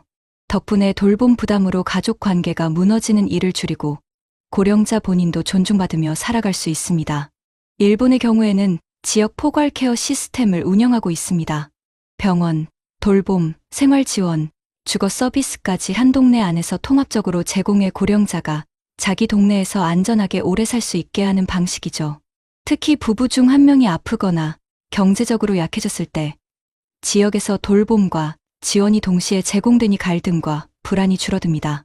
유럽의 여러 나라에서는 세대 통합형 커뮤니티, 하우징이 점차 확산되고 있는데 노인이 혼자 큰 집을 유지하는 대신 관리비와 생활비가 줄어드는 소형 주거에 살면서 주변의 커뮤니티 시설과 의료, 여가 서비스를 함께 배치해 안정감을 높이고 있습니다. 결국 해외 선진국들도 같은 문제를 겪어왔고 정책으로 해결의 길을 만들어 왔다는 걸 알 수 있습니다. 여러분, 여기서 중요한 건 나와는 상관없는 이야기라고 생각하지 않는 겁니다. 정부와 지자체의 제도는 이미 우리 주변에 있습니다. 문제는 우리가 그것을 알고 활용하느냐, 그렇지 않느냐입니다. 복지관에 가서 노인 맞춤 돌봄 서비스를 신청할 수도 있고, 구청을 찾아가 무료 건강검진이나 의료비 지원 제도를 확인할 수도 있습니다. 문화센터나 세대 통합시설에 참여해 새로운 인간관계를 맺고 외로움을 덜어낼 수도 있습니다. 그리고 자녀와의 관계는 전문가들이 강조하는 대로 원칙을 세우고 필요하다면 지자체 무료 법률 상담을 통해 상속과 재산 문제를 명확히 해두는 게 좋습니다. 해외 사례에서 보듯 노년의 행복은 거창한 자산에서 오는 게 아니라 제도를 활용하고 작은 준비를 실천하는 사람에게 찾아옵니다. 오늘 제가 드린 이야기 속 불행한 사례와 행복한 사례의 차이도 결국 여기에서 갈렸습니다. 제도를 알지 못하고 준비하지 않은 사람은 외로움 속에 더 큰 불행을 맞이했고, 반대로 원칙을 세우고 사회적 지원망을 활용한 사람은 노후를 웃으며 살아가고 있었죠. 여러분, 지금 이 순간부터라도 우리 주변의 정책과 프로그램을 다시 한번 살펴보시고 삶의 원칙을 세워보시길 바랍니다. 그것이야말로 우리가 스스로 지킬 수 있는 가장 확실한 노후 준비 아닐까요? 저녁노래 물든 얼굴을 바라본다. 오래 함께했지만 이제는 혼자가 된 듯한 쓸쓸함. 숫자로 가득한 고지서 위에 덮여버린 웃음. 그러나 누군가는 같은 나이에 서로의 손을 꼭 잡고 작은 밥상 앞에서 여전히 웃고 있다. 여러분, 오늘 우리가 함께 나눈 이야기를 떠올려 보십시오. 누군가는 외로움에 지쳐 서둘러 재혼을 선택했지만 결국 생활비와 자녀 갈등, 병원비와 외부의 차가운 시선 속에서 더 큰 외로움에 빠져들었습니다. 사랑이 숫자로 깎이고 웃음이 의심으로 바뀌며 행복하려 했는데 왜 나는 계산만 하고 있을까라는 탄식으로 하루하루를 보냈습니다. 반면 또 다른 누군가는 미리 원칙을 세우고 자녀에게 모든 것을 내어주지 않고 부부가 함께 투명하게 생활비를 나누며 지자체 프로그램과 제도를 활용해 작은 문제를 큰 갈등으로 키우지 않았습니다. 병원비가 불어날 때도 자녀가 도움을 청할 때도 두 사람은 대화와 합의를 통해 스스로의 노후를 지켜냈습니다. 그리고 그들의 삶은 거창하지 않아도 따뜻하고 평화로운 하루로 채워져 있었습니다. 결국 같은 나이, 같은 세월을 살아도 어떤 선택을 하느냐에 따라 인생은 너무도 다른 길을 걸어갑니다. 한쪽은 외로움 속에서 눈물을 삼키고 다른 한쪽은 소박한 밥상 위에서 웃음을 나눕니다. 여러분, 우리는 어떤 길을 선택하고 싶으십니까? 아마 누구나 두 번째 삶을 꿈꿀 수 있습니다. 하지만 준비 없는 결정은 더 큰 상처를 남깁니다. 자녀와의 관계를 어떻게 할지, 생활비를 어떻게 관리할지, 병원비나 돌발 상황에 어떻게 대비할지, 미리 마음을 나누고 원칙을 세우는 것. 그것이 바로 행복한 노후의 시작입니다. 그리고 우리는 혼자가 아닙니다. 정부와 지자체의 제도, 사회복지관의 프로그램, 지역의 돌봄 서비스가 있습니다. 그것을 외면하지 않고 손을 내밀고 적극적으로 활용하는 사람이 결국 더 든든한 노후를 만들어갑니다. 여러분, 50대와 60대, 그리고 이미 70대를 걷고 계신 분들. 오늘의 이야기가 남의 일이 아닐 겁니다. 어쩌면 바로 내 옆에서 혹은 내 안에서 시작되고 있는 현실일지도 모릅니다. 하지만 우리가 지금부터라도 마음을 다잡고 작은 준비를 한다면 우리의 노후는 충분히 달라질 수 있습니다. 사랑하는 사람과의 대화, 생활비의 작은 기록, 자녀와의 솔직한 합의, 그리고 제도를 활용하는 용기. 이 작은 행동들이 모여서 인생 후반부를 지켜주는 큰 울타리가 되어줄 것입니다. 여러분, 이제 우리에게 남은 시간은 단순히 흘러가는 시간이 아닙니다. 우리가 어떻게 쓰느냐에 따라 그 시간은 외로운 숫자만 남을 수도 있고 따뜻한 웃음과 추억으로 채워질 수도 있습니다. 오늘 이 영상을 보신 여러분, 스스로에게 한번 물어보셨으면 합니다. 나는 지금 어떤 선택을 하고 있는가? 그리고 마음속 깊이 다짐하셨으면 합니다. 나는 후회 없는 노후를 위해 지금부터라도 준비하겠다. 여러분, 우리 모두가 행복한 노후를 선택할 수 있습니다. 그 길 위에 여러분의 용기와 지혜가 함께하길 진심으로 바랍니다. 여러분, 혹시 최근 뉴스에서 보셨나요? 가정법원에 접수되는 50대, 60대 여성들의 이혼 소송이 폭증하고 있다는 소식 말입니다. 이유가 뭘까요? 바로 가정폭력 때문입니다. 평생 참아왔던 상처가 결국 노년의 문턱에서 폭발하고 있는 겁니다. 혹시 이런 걱정 해보신 적 있으신가요? 나도 은퇴 후 혹은 아이들 다 키운 뒤에 이런 상황을 마주하게 되면 어떡하지? 실제로 우리나라 황혼이혼의 60% 이상이 여성의 신청이고 그중 절반 이상은 폭력이나 부당대우가 원인이라고 합니다. 존중 없는 결혼 생활, 이대로 버텨야 할까요? 지금 이 영상을 끝까지 보셔야 합니다. 늦기 전에 내 삶을 지켜낼 방법이 분명히 있습니다. 본격적인 영상 시작 전에 구독과 좋아요는 영상 제작에 정말로 큰 힘이 됩니다. 또한 오늘의 영상에는 위에 말씀드린 내용과 관련된 대한민국에서 일어나고 있는 비참한 사례 한 가지와 그와 반대되는 사례를 소개해드리겠습니다. 여러분들이 다 들어보시고 어느 쪽이 내가 원하는 노후의 인생인지 생각해보시는 시간이 되시기 바라겠습니다. 여러분, 혹시 이런 장면을 본 적 있으신가요? 오래된 신발장 구석에 먼지가 쌓인 낡은 작업화 한 켤레. 가죽은 갈라지고 밑창은 닳아버려 더 이상 쓸 수 없지만 버리기엔 아까운 신발. 바로 그 신발은 지난 세월 땀 흘려 일했던 흔적이자 한 여인의 삶 그 자체였습니다. 경기도 안산에 살던 김순애 씨, 62살. 그녀는 젊은 시절부터 중소기업 생산 현장에서 30년 넘게 일했습니다. 언제나 새벽같이 일어나 점퍼를 걸치고 낡은 작업화를 신은 채 공장으로 향했죠. 남들보다 키도 작고 체구도 왜소했지만 누구보다 성실했습니다. 월급은 많지 않았지만 아이들 학비를 대고 전셋집 보증금을 모으는데 온 힘을 쏟았습니다. 그때의 순애 씨는 내가 조금 더 참으면 가족이 편해질 거야라는 마음 하나로 버텼습니다. 세월이 흘러 아이들은 다 장성했고 남편은 작은 자영업을 했습니다. 겉으로 보기엔 평범한 가정 같았죠. 하지만 눈에 보이지 않는 균열은 이미 오래전부터 시작되고 있었습니다. 남편의 폭언과 술자리 뒤 손찌검은 결혼 초반부터 이어졌습니다. 아이들이 어릴 때는 아버지가 피곤해서 그래라며 스스로 합리화했고 직장 동료 앞에서는 남편이 좀 까칠하다라고 대수롭지 않게 넘겼습니다. 하지만 사실 그녀의 몸과 마음은 이미 서서히 무너지고 있었던 겁니다. 문제는 은퇴 이후부터였습니다. 김순애 씨는 환갑을 앞두고 결국 회사를 그만뒀습니다. 떠나올 때 손에 들려있던 것도 다 달아버린 작업화뿐이었습니다. 퇴직금은 많지 않았습니다. 30년 넘게 일했지만 중소기업이다 보니 받은 건 고작 3천만 원 남짓. 남편은 그 돈으로 빚을 갚자고 했고 결국 순애 씨 손에 남은 건 거의 없었습니다.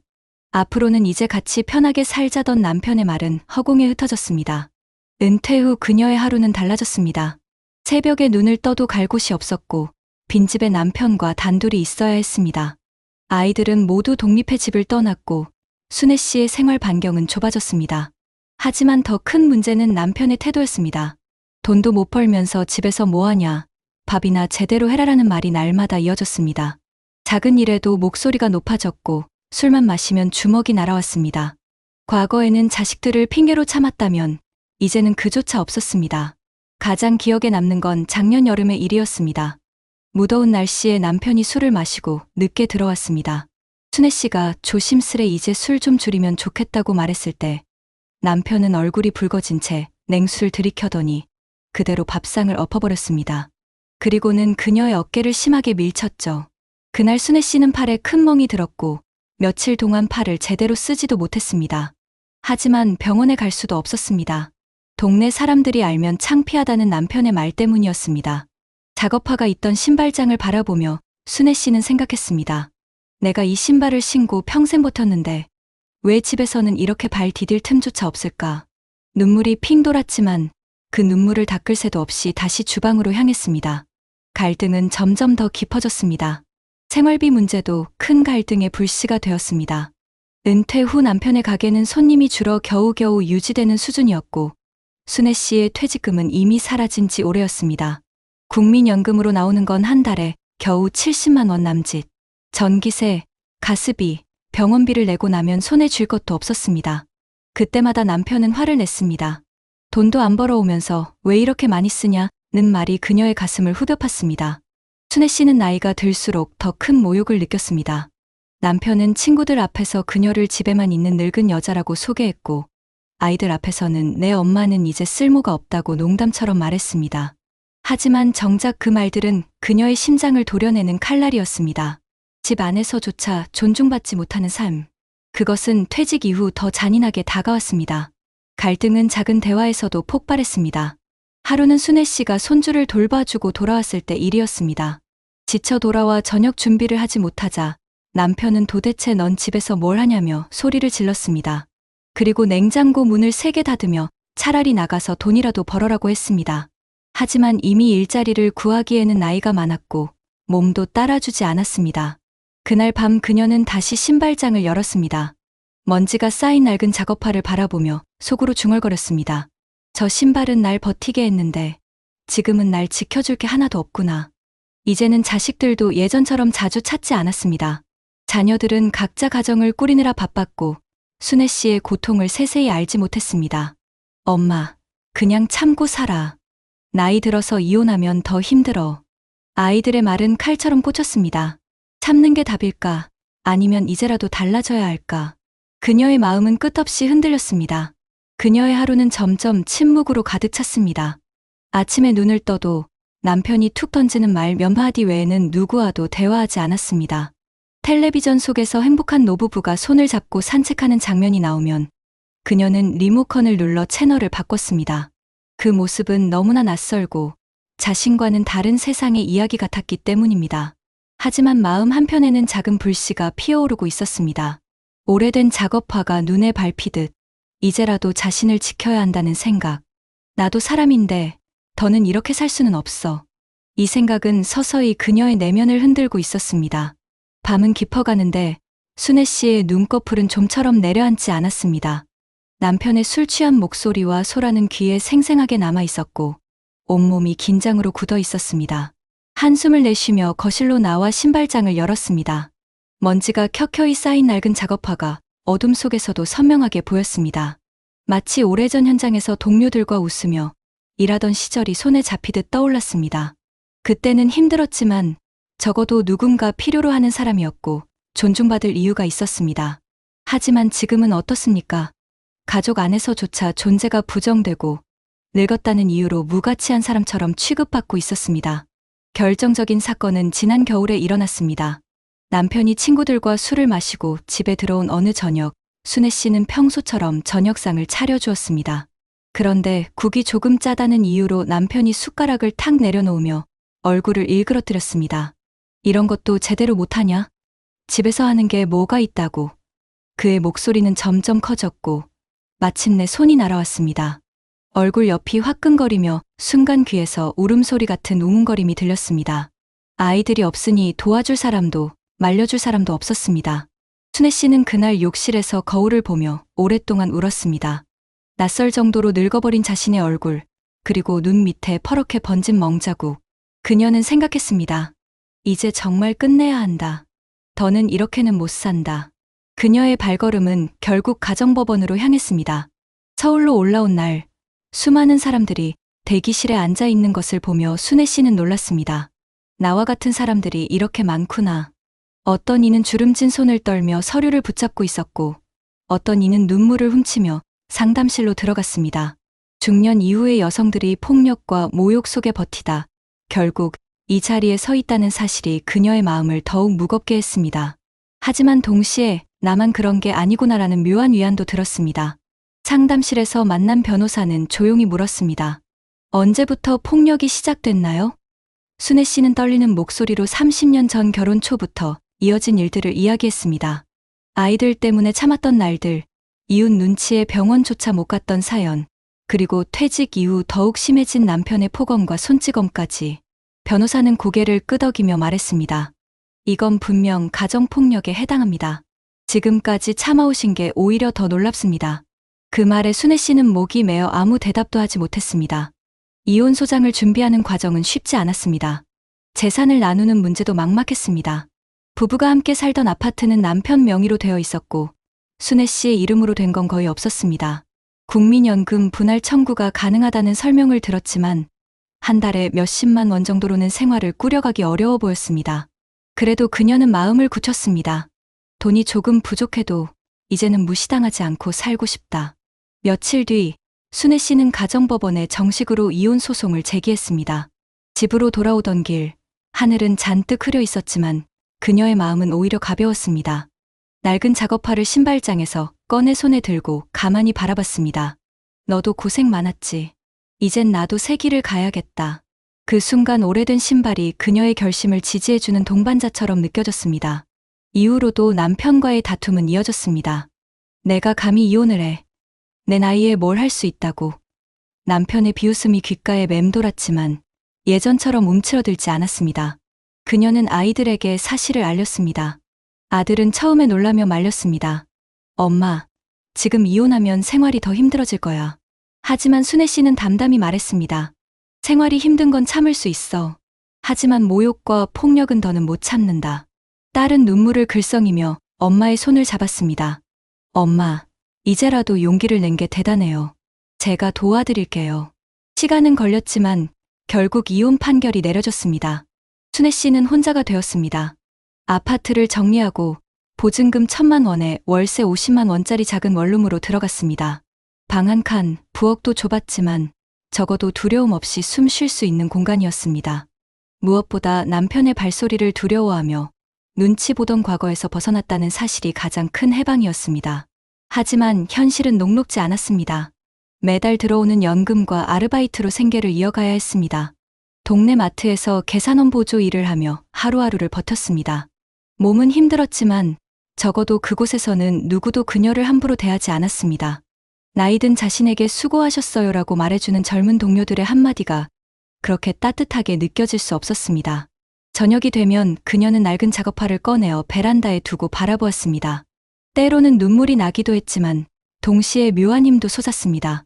그 신발은 평생 자신을 버티게 했고 이제는 새로운 삶을 응원하는 상징이었습니다. 여러분, 이런 이야기가 남의 일 같으신가요? 사실 지금 이 순간에도 가정법원에는 수많은 중년 여성들의 이혼 소송이 접수되고 있습니다. 오랜 세월 참아온 폭력과 무시는 결국 존엄을 무너뜨립니다. 김순애 씨의 이야기는 단지 한 사람의 사연이 아닙니다. 우리 주변에서 혹은 우리 자신에게도 언제든 벌어질 수 있는 현실입니다. 여러분 어떠시나요? 위의 사례는 정말 비참하고 서글픈 인생 아닌가요? 하지만 지금부터 소개해드리는 사례는 정반대의 선택으로 행복한 노후를 보내고 있는 분을 소개해드리겠습니다. 서울 송파구에 살고 있는 66살 이정호 씨. 그는 대기업 연구직에서 35년을 근무하다가 2년 전 정년퇴직을 했습니다. 젊은 시절에는 그도 평범했습니다. 지방대학을 졸업하고 운 좋게 대기업 연구소에 입사했지만 늘 동기들보다 성과가 두드러지지는 않았습니다. 그가 남들보다 나았던 점은 성실함과 꾸준함이었죠. 매일 같은 시간에 출근하고 연구 노트는 칸칸이 채워갔습니다. 그 습관은 집에서도 이어졌습니다. 퇴근 후에는 늘 수입과 지출을 정리했고 작은 돈이라도 저축을 했습니다. 그는 늘 부인과 대화를 나누며 살림을 꾸려왔습니다. 이번 달은 식비를 조금 줄이고 대신 적금에 더 넣자. 아이들 학원비는 줄일 수 없으니 휴가는 가까운 곳으로 가자. 이런 대화가 생활의 일부였습니다. 주변 사람들은 아니, 그렇게 아껴서 뭐 하려고? 라며 핀잔을 주기도 했지만 이정호 씨 부부는 흔들리지 않았습니다. 그 결과 퇴직을 맞이할 즈음 그에게는 약 1억 5천만 원의 퇴직금과 3억 원 가까운 저축이 있었습니다. 아내와 함께 부동산을 무리하게 사들이지 않았고 대출을 치고 살지도 않았습니다. 대신 소형 아파트 한 채를 마련해 대출을 다 갚아놓은 것이 전부였습니다. 하지만 이정호 씨의 삶이 늘 순탄한 것만은 아니었습니다. 은퇴 직전 몇 년 동안은 회사 구조조정 바람이 불며 불안한 시기를 겪어야 했습니다.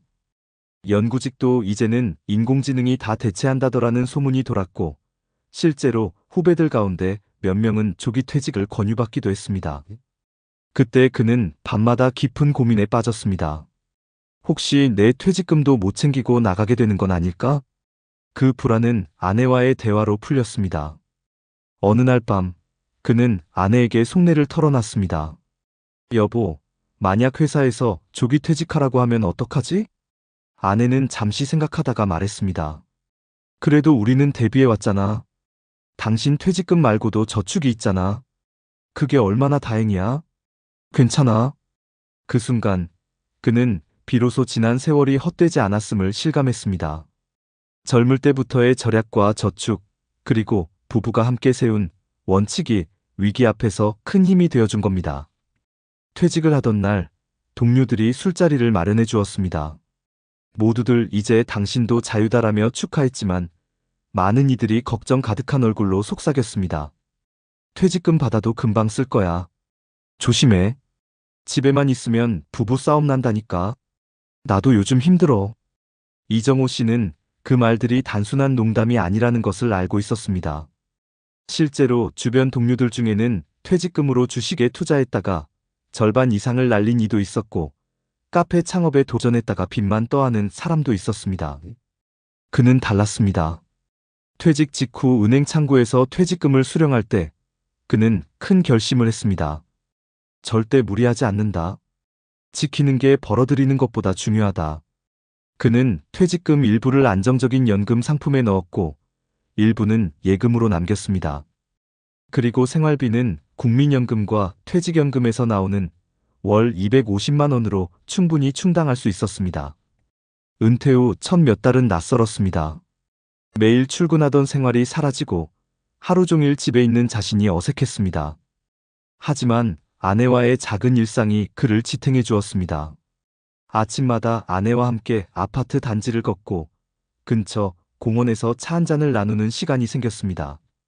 한 번은 손주가 놀러와 낡은 작업화를 들여다보며 물었습니다. 할아버지, 이 신발 왜 안 버려요? 이정호 씨는 웃으며 대답했습니다. 이거 내가 현장에서 연구할 때 맨날 신던 신발이야. 이 신발 덕분에 우리가 집도 사고 내 아빠 학비도 냈지. 손주는 고개를 끄덕이며 신기하다는 듯 신발을 만졌습니다. 가족 안에서 존중받는 순간 그는 더없이 행복했습니다. 하지만 그의 노후가 늘 행복한 순간만 있는 건 아니었습니다. 은퇴 후 1년쯤 되었을 때 작은 위기가 찾아왔습니다. 둘째 딸 부부가 갑작스러운 실직으로 어려움을 겪게 된 겁니다. 사위의 직장이 구조조정으로 문을 닫으면서 한동안 수입이 끊겼습니다. 딸은 조심스레 전화를 걸어왔습니다. 아빠, 혹시 한 달만 생활비 좀 도와줄 수 있을까? 아내는 잠시 주저했지만 이정호 씨는 단호하게 말했습니다. 걱정하지 마라. 네가 힘들 때 우리가 도와주려고 모아둔 거다.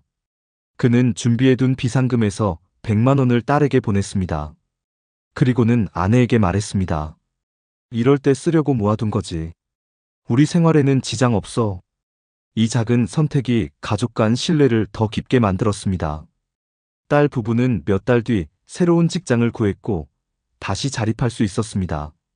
이정호 씨는 깨달았습니다. 노후 준비는 단순히 내 노후를 위한 게 아니라 가족 전체의 안전망이구나. 시간은 흘러 이정호 씨가 퇴직한 지 만 2년이 되던 해 또 한 번의 위기가 찾아왔습니다. 이번에는 그의 건강이었습니다. 정기 건강검진에서 고혈압 초기 진단을 받은 것이었죠. 의사는 당분간 약을 복용해야 하고 꾸준히 운동을 해야 한다고 했습니다. 그 말을 들은 아내는 걱정스러운 눈빛으로 그를 바라봤습니다. 여보, 이제 진짜 건강이 제일 중요한 거야. 돈이 아무리 있어도 건강이 없으면 아무 소용 없잖아. 이정호 씨는 아내의 손을 꼭 잡으며 대답했습니다. 알아. 이제는 일보다 우리 둘이 오래 함께하는 게 제일 중요한 거지. 그날 이후 그는 생활을 바꿨습니다. 매일 아침 아내와 함께 공원을 걷고 저녁에는 가벼운 근력 운동을 했습니다. 식사도 예전보다 싱겁게 기름진 음식은 줄이고 채소 위주로 바꾸었습니다. 다행히 초기라 관리만 잘하면 큰 문제는 없다고 했고 이정호 씨는 그 점을 감사하게 여겼습니다. 하지만 이 사건은 그에게 중요한 깨달음을 주었습니다. 노후 준비란 단순히 돈을 모으는 것에 그치지 않고 건강과 인간관계까지 함께 관리해야 한다는 사실이었습니다. 만약 자신이 건강을 잃는다면 아무리 재정적으로 준비가 되어 있어도 아내와 행복한 시간을 누릴 수 없었을 겁니다. 그 무렵 이웃 주민 중 한 명인 최 씨의 이야기가 동네에 퍼졌습니다. 그는 퇴직 직후 가진 돈 대부분을 주식 투자에 넣었다가 반토막이 나버렸습니다. 결국 집을 팔고 아내와의 갈등이 심해져 별거 상태에 들어갔다는 소식이었습니다. 이정호 씨는 그 이야기를 듣고 한동안 멍하니 앉아 있었습니다. 나도 한순간 잘못된 선택을 했더라면 저렇게 됐을지도 몰라. 그 생각이 머릿속을 떠나지 않았습니다. 그는 다시 한번 아내에게 말했습니다. 당신이 옆에서 늘 지켜주고 무리하지 말자고 잡아준 게 제일 큰 힘이었어. 내가 혼자였다면 나도 잘못된 길로 갔을지 몰라. 아내는 미소 지으며 말했습니다. 우리 둘이 같이 준비했으니까 여기까지 온 거야. 앞으로도 같이 가는 거지. 이정호 씨의 노후는 점차 안정과 행복으로 채워졌습니다. 손주들이 집에 놀러 올 때면 아파트 거실은 웃음소리로 가득 찼습니다. 아내는 손주들에게 부침개를 부쳐주었고 그는 거실 바닥에 앉아 블록 장난감을 함께 맞추었습니다. 손주가 장난삼아 묻기도 했습니다. 할아버지, 왜 맨날 운동화만 신고 다녀요? 그는 웃으며 대답했습니다. 이 신발은 나랑 같이 오래 걸으려고 산 거야. 오래오래 너희랑 놀아주려고. 작업화 대신 운동화를 신은 그의 모습은 새로운 삶의 상징이 되었습니다. 지난 세월 현장에서 지탱해 주었던 낡은 신발은 이제 베란다 한쪽에 조용히 놓여 있었지만 그것은 과거의 수고와 희생을 기억하게 해주는 소중한 물건이었습니다. 주말이면 그는 아내와 함께 문화센터에 나갔습니다. 수채화 교실에 등록해 그림을 배우기도 했고 요가 수업에서 땀을 흘리기도 했습니다. 아내는 꽃꽂이를 배우며 새로운 취미를 찾았고 두 사람은 매번 돌아오는 길에 손을 꼭 잡고 걸었습니다. 여보, 우리가 이렇게 취미를 즐길 줄은 몰랐네. 그러게. 예전에는 먹고 사는 게 바빠서 이런 건 꿈도 못 꿨잖아.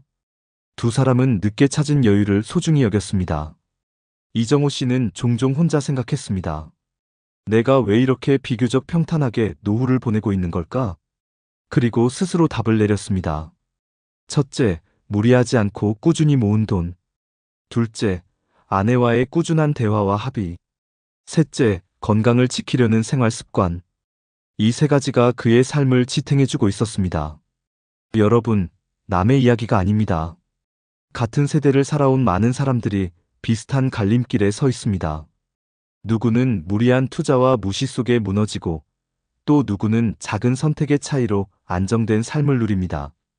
이정호 씨의 거실 한켠 여전히 먼지가 내려앉은 낡은 작업판은 이렇게 말하고 있는 듯했습니다. 과거를 버리지 마라. 하지만 미래를 위해 준비해라. 그의 이야기는 지금 50대와 60대, 그리고 노후를 준비하는 모든 사람들에게 경고이자 희망이 될 수 있습니다. 여러분, 지금까지 들으신 사례가 단순히 한 집안의 비극이나 한 사람의 특별한 행운이라고 생각하신다면 그건 오해일 수 있습니다. 실제로 대한민국 사회 전체가 같은 문제와 같은 기회를 동시에 마주하고 있기 때문인데요. 먼저, 최근 통계를 보면 우리 사회가 얼마나 심각한 상황인지 잘 알 수 있습니다.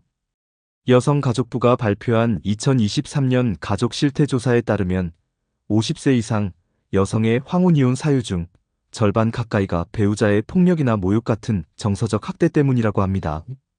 대법원 사법연감 통계에서도 2022년 기준 60세 이상 부부의 이혼 건수가 약 1만 6천 건에 달했는데 이는 10년 전에 비해 1.5배 이상 증가한 수치라고 하죠. 단순한 갈등이 아니라 수십 년간 누적된 상처가 결국 가정법원으로 이어지고 있는 겁니다. 통계청이 발표한 고령자 통계 2024에서는 고령층 1인 가구 비율이 전체 노인 가구의 22%를 넘어섰다고 하는데 이 중 상당수가 황혼이혼 이후 혼자가 된 사람들이라는 점에 큰 충격을 줍니다. 혼자 사는 노인의 절반 가까이가 경제적 어려움과 사회적 고립을 동시에 겪는다는 연구 결과는 이미 보건사회연구원의 여러 조사에서 반복적으로 드러나고 있습니다. 경제적 문제도 심각합니다. 국민연금공단의 자료에 따르면 현재 60세 이상 노인의 국민연금 월평균 수령액은 약 65만 원에 불과합니다. 실제 은퇴 후 필요한 생활비가 부부 기준으로 월 270만 원 수준이라는 통계청 가계금융복지조사 결과 비교하면 턱없이 부족한 수준이죠. 그러니 준비가 되어 있지 않은 경우 은퇴 후 곧바로 생활고와 갈등에 부딪히는 겁니다. 반대로 앞서 말씀드린 이정호 씨 사례처럼 미리 연금과 저축을 나누어 준비하고 아내와 재정적인 합의를 해온 경우에는 위기 상황에서도 무너지지 않고 버틸 수 있었습니다. 결국 통계가 보여주는 건 단순합니다. 준비한 사람과 그렇지 않은 사람의 삶은 은퇴 직후부터 완전히 다른 길을 걷게 된다는 것이죠. 전문가들의 연구도 이를 뒷받침합니다. 한국보건사회연구원에서 2024년에 발표한 고령층 가족 갈등과 삶의 질 연구를 보면 부부 간 갈등의 주요 원인이 바로 경제적 불안과 의사소통 단절이라고 나옵니다. 특히 남편 은퇴 이후 아내의 부담이 늘어나는 경우 이혼을 고려하는 비율이 2배 이상 높아진다는 사실이 확인되었는데요. 한국노년학회가 발표한 논문에서는 퇴직 이후 자존감을 유지하는 방법은 경제적 자립과 사회적 관계망 유지라고 강조합니다. 결국 단순히 돈만의 문제가 아니라 경제적 기반이 부부관계의 존중과 신뢰를 결정짓는 중요한 요인이라는 뜻이죠. 여기서 잠시 해외 사례를 살펴볼까요? 일본의 후생노동성이 발표한 자료에 따르면 일본 역시 황혼이혼이 꾸준히 증가하는 추세인데 그 원인의 절반 이상이 남편의 퇴직 이후 생활 갈등이라고 합니다. 일본 사회에서는 이를 은퇴 후 이혼이라는 별도의 용어로까지 부르며 사회적 문제로 인식하고 있죠. 미국에서도 50세 이상 부부의 이혼을 가리켜 그레이 디보스라는 표현을 쓰는데 1990년대 이후 60세 이상 부부 이혼율이 2배 이상 증가했다는 미국 사회학회 연구가 있습니다. 흥미로운 건 해외 연구에서도 공통적으로 강조하는 요인이 있습니다. 바로 경제적 준비 부족과 부부 간 소통 부재입니다. 즉, 한국만의 문제가 아니라 전 세계적인 현상이라는 거죠. 그렇다면 전문가들은 어떤 조언을 하고 있을까요? 한 국제 고령화 연구 논문에서는 퇴직 이후의 삶을 단순히 여유로운 휴식기로만 보지 말고 새로운 사회적 역할을 준비하는 제2의 직업기로 바라봐야 한다고 강조합니다. 실제로 한국에서도 은퇴 후 자원봉사, 시니어, 창업, 평생교육 참여가 적극적으로 권장되고 있는데 이는 단순한 취미가 아니라 삶의 존엄과 자존감을 지키는 중요한 장치라는 겁니다. 특히 여성가족부와 보건복지부는 최근 황혼이혼 예방 프로그램을 강화하면서 부부 상담과 가족교육, 그리고 지역사회 돌봄 서비스 참여를 권유하고 있습니다. 연구에서도 이런 프로그램에 참여한 부부의 만족도가 높아지고 이혼 의사도 현저히 낮아졌다는 결과가 나오고 있죠. 여러분, 이렇게 국내외 통계와 연구가 한 목소리로 말하는 건 단순합니다. 노후 준비는 곧 관계 준비이고 경제적 기반은 존중과 존엄을 지켜주는 최소한의 조건이라는 겁니다. 가정법원에 접수되는 수많은 이혼 서류는 결국 준비 부족의 결과물이기도 합니다. 반대로 미리 준비한 이들의 이야기는 늦지 않게 대비하면 누구나 행복할 수 있다는 것을 보여줍니다. 지금 이 순간에도 우리 사회는 선택을 요구하고 있습니다. 내일의 평화로운 식탁을 원한다면 오늘의 준비를 절대 미루지 말아야 한다는 것. 통계와 전문가의 목소리가 바로 그 점을 경고하고 있습니다.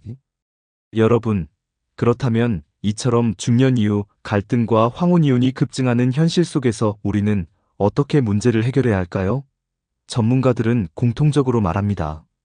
가장 중요한 건 부부가 단절되기 전에 대화를 회복하고 경제적 정서적 안전망을 미리 만들어두는 것이라고요. 실제로 대한민국 정부와 각 지자체는 이런 문제를 막기 위해 다양한 제도를 운영하고 있습니다. 여성가족부는 전국 가정폭력 상담소와 긴급전화 1366을 통해 위기 상황에서 즉시 도움을 받을 수 있도록 지원하고 있고, 서울특별시는 가정폭력 이혼 전문 무료 법률 상담 제도를 마련해 시민 누구나 법률가와 직접 상담할 수 있게 했습니다. 또한 부산시는 가정폭력 피해자 임시보호시설을 운영하면서 경제적 자립을 위한 직업훈련까지 연계하고 있죠. 이런 제도는 단순히 위기를 잠시 피하는 것이 아니라 다시 삶을 재건할 수 있는 기반을 제공한다는 점에서 매우 중요합니다. 보건복지부도 최근 노인 일자리 및 사회활동 지원 사업을 통해 은퇴 후 생계 압박이 갈등으로 이어지지 않도록 돕고 있습니다. 올해만 해도 약 90만 개의 노인 일자리를 제공한다고 밝혔는데, 이는 경제적 자립이 곧 가정 내 존중을 회복하는 중요한 열쇠이기 때문입니다. 지자체별로는 경기 성남시가 대표적 사례인데, 성남시는 중년 노년 심리상담 지원센터를 운영해 부부간 의사소통 문제와 노후 우울증을 함께 다루고 있습니다. 대전광역시는 중장년층 대상 재무설계 아카데미를 열어 은퇴 이후의 생활비 관리와 연금 활용법을 체계적으로 교육하고 있습니다. 이런 제도들은 모두 실제로 현장에서 운영되고 있는 것들이며 조금만 관심을 가지면 누구나 무료 혹은 저렴하게 이용할 수 있는 프로그램입니다. 해외 사례도 눈여겨볼 필요가 있습니다. 일본은 황혼이혼 증가 문제를 사회적 재난으로 보고 부부 리스쿨링 프로그램을 전국 지자체에서 실시하고 있습니다. 이 프로그램은 은퇴 후 부부가 서로의 역할을 새롭게 정의할 수 있도록 상담 교육을 지원하는 정책인데, 실제 참여자들의 만족도가 높아 이혼율 감소 효과가 나타났다는 보고가 있습니다.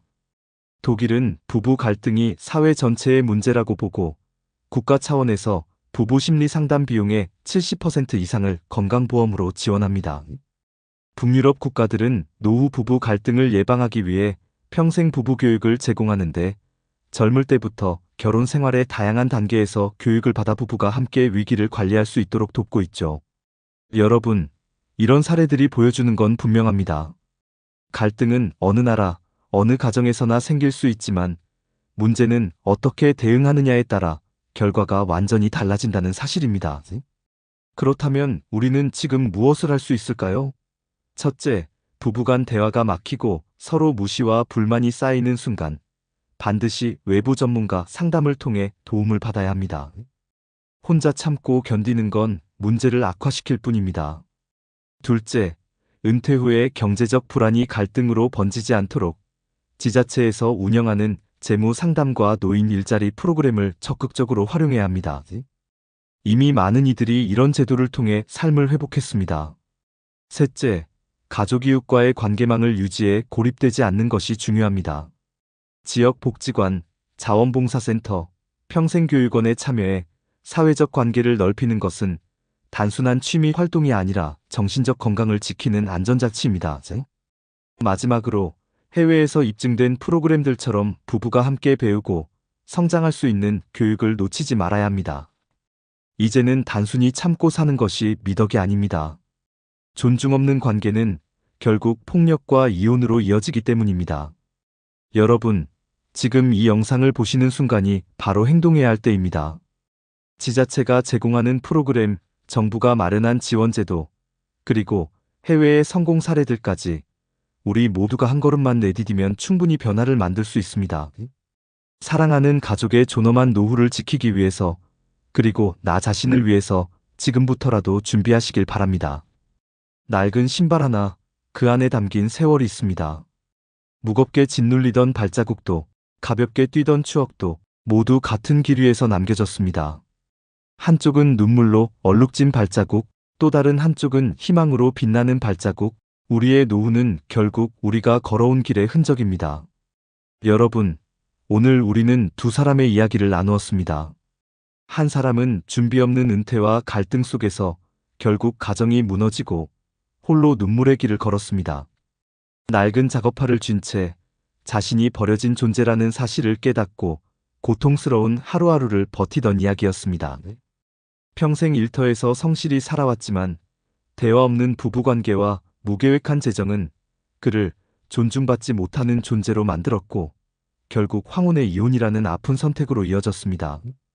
반대로 또 한 사람은 조금 다른 길을 걸었습니다.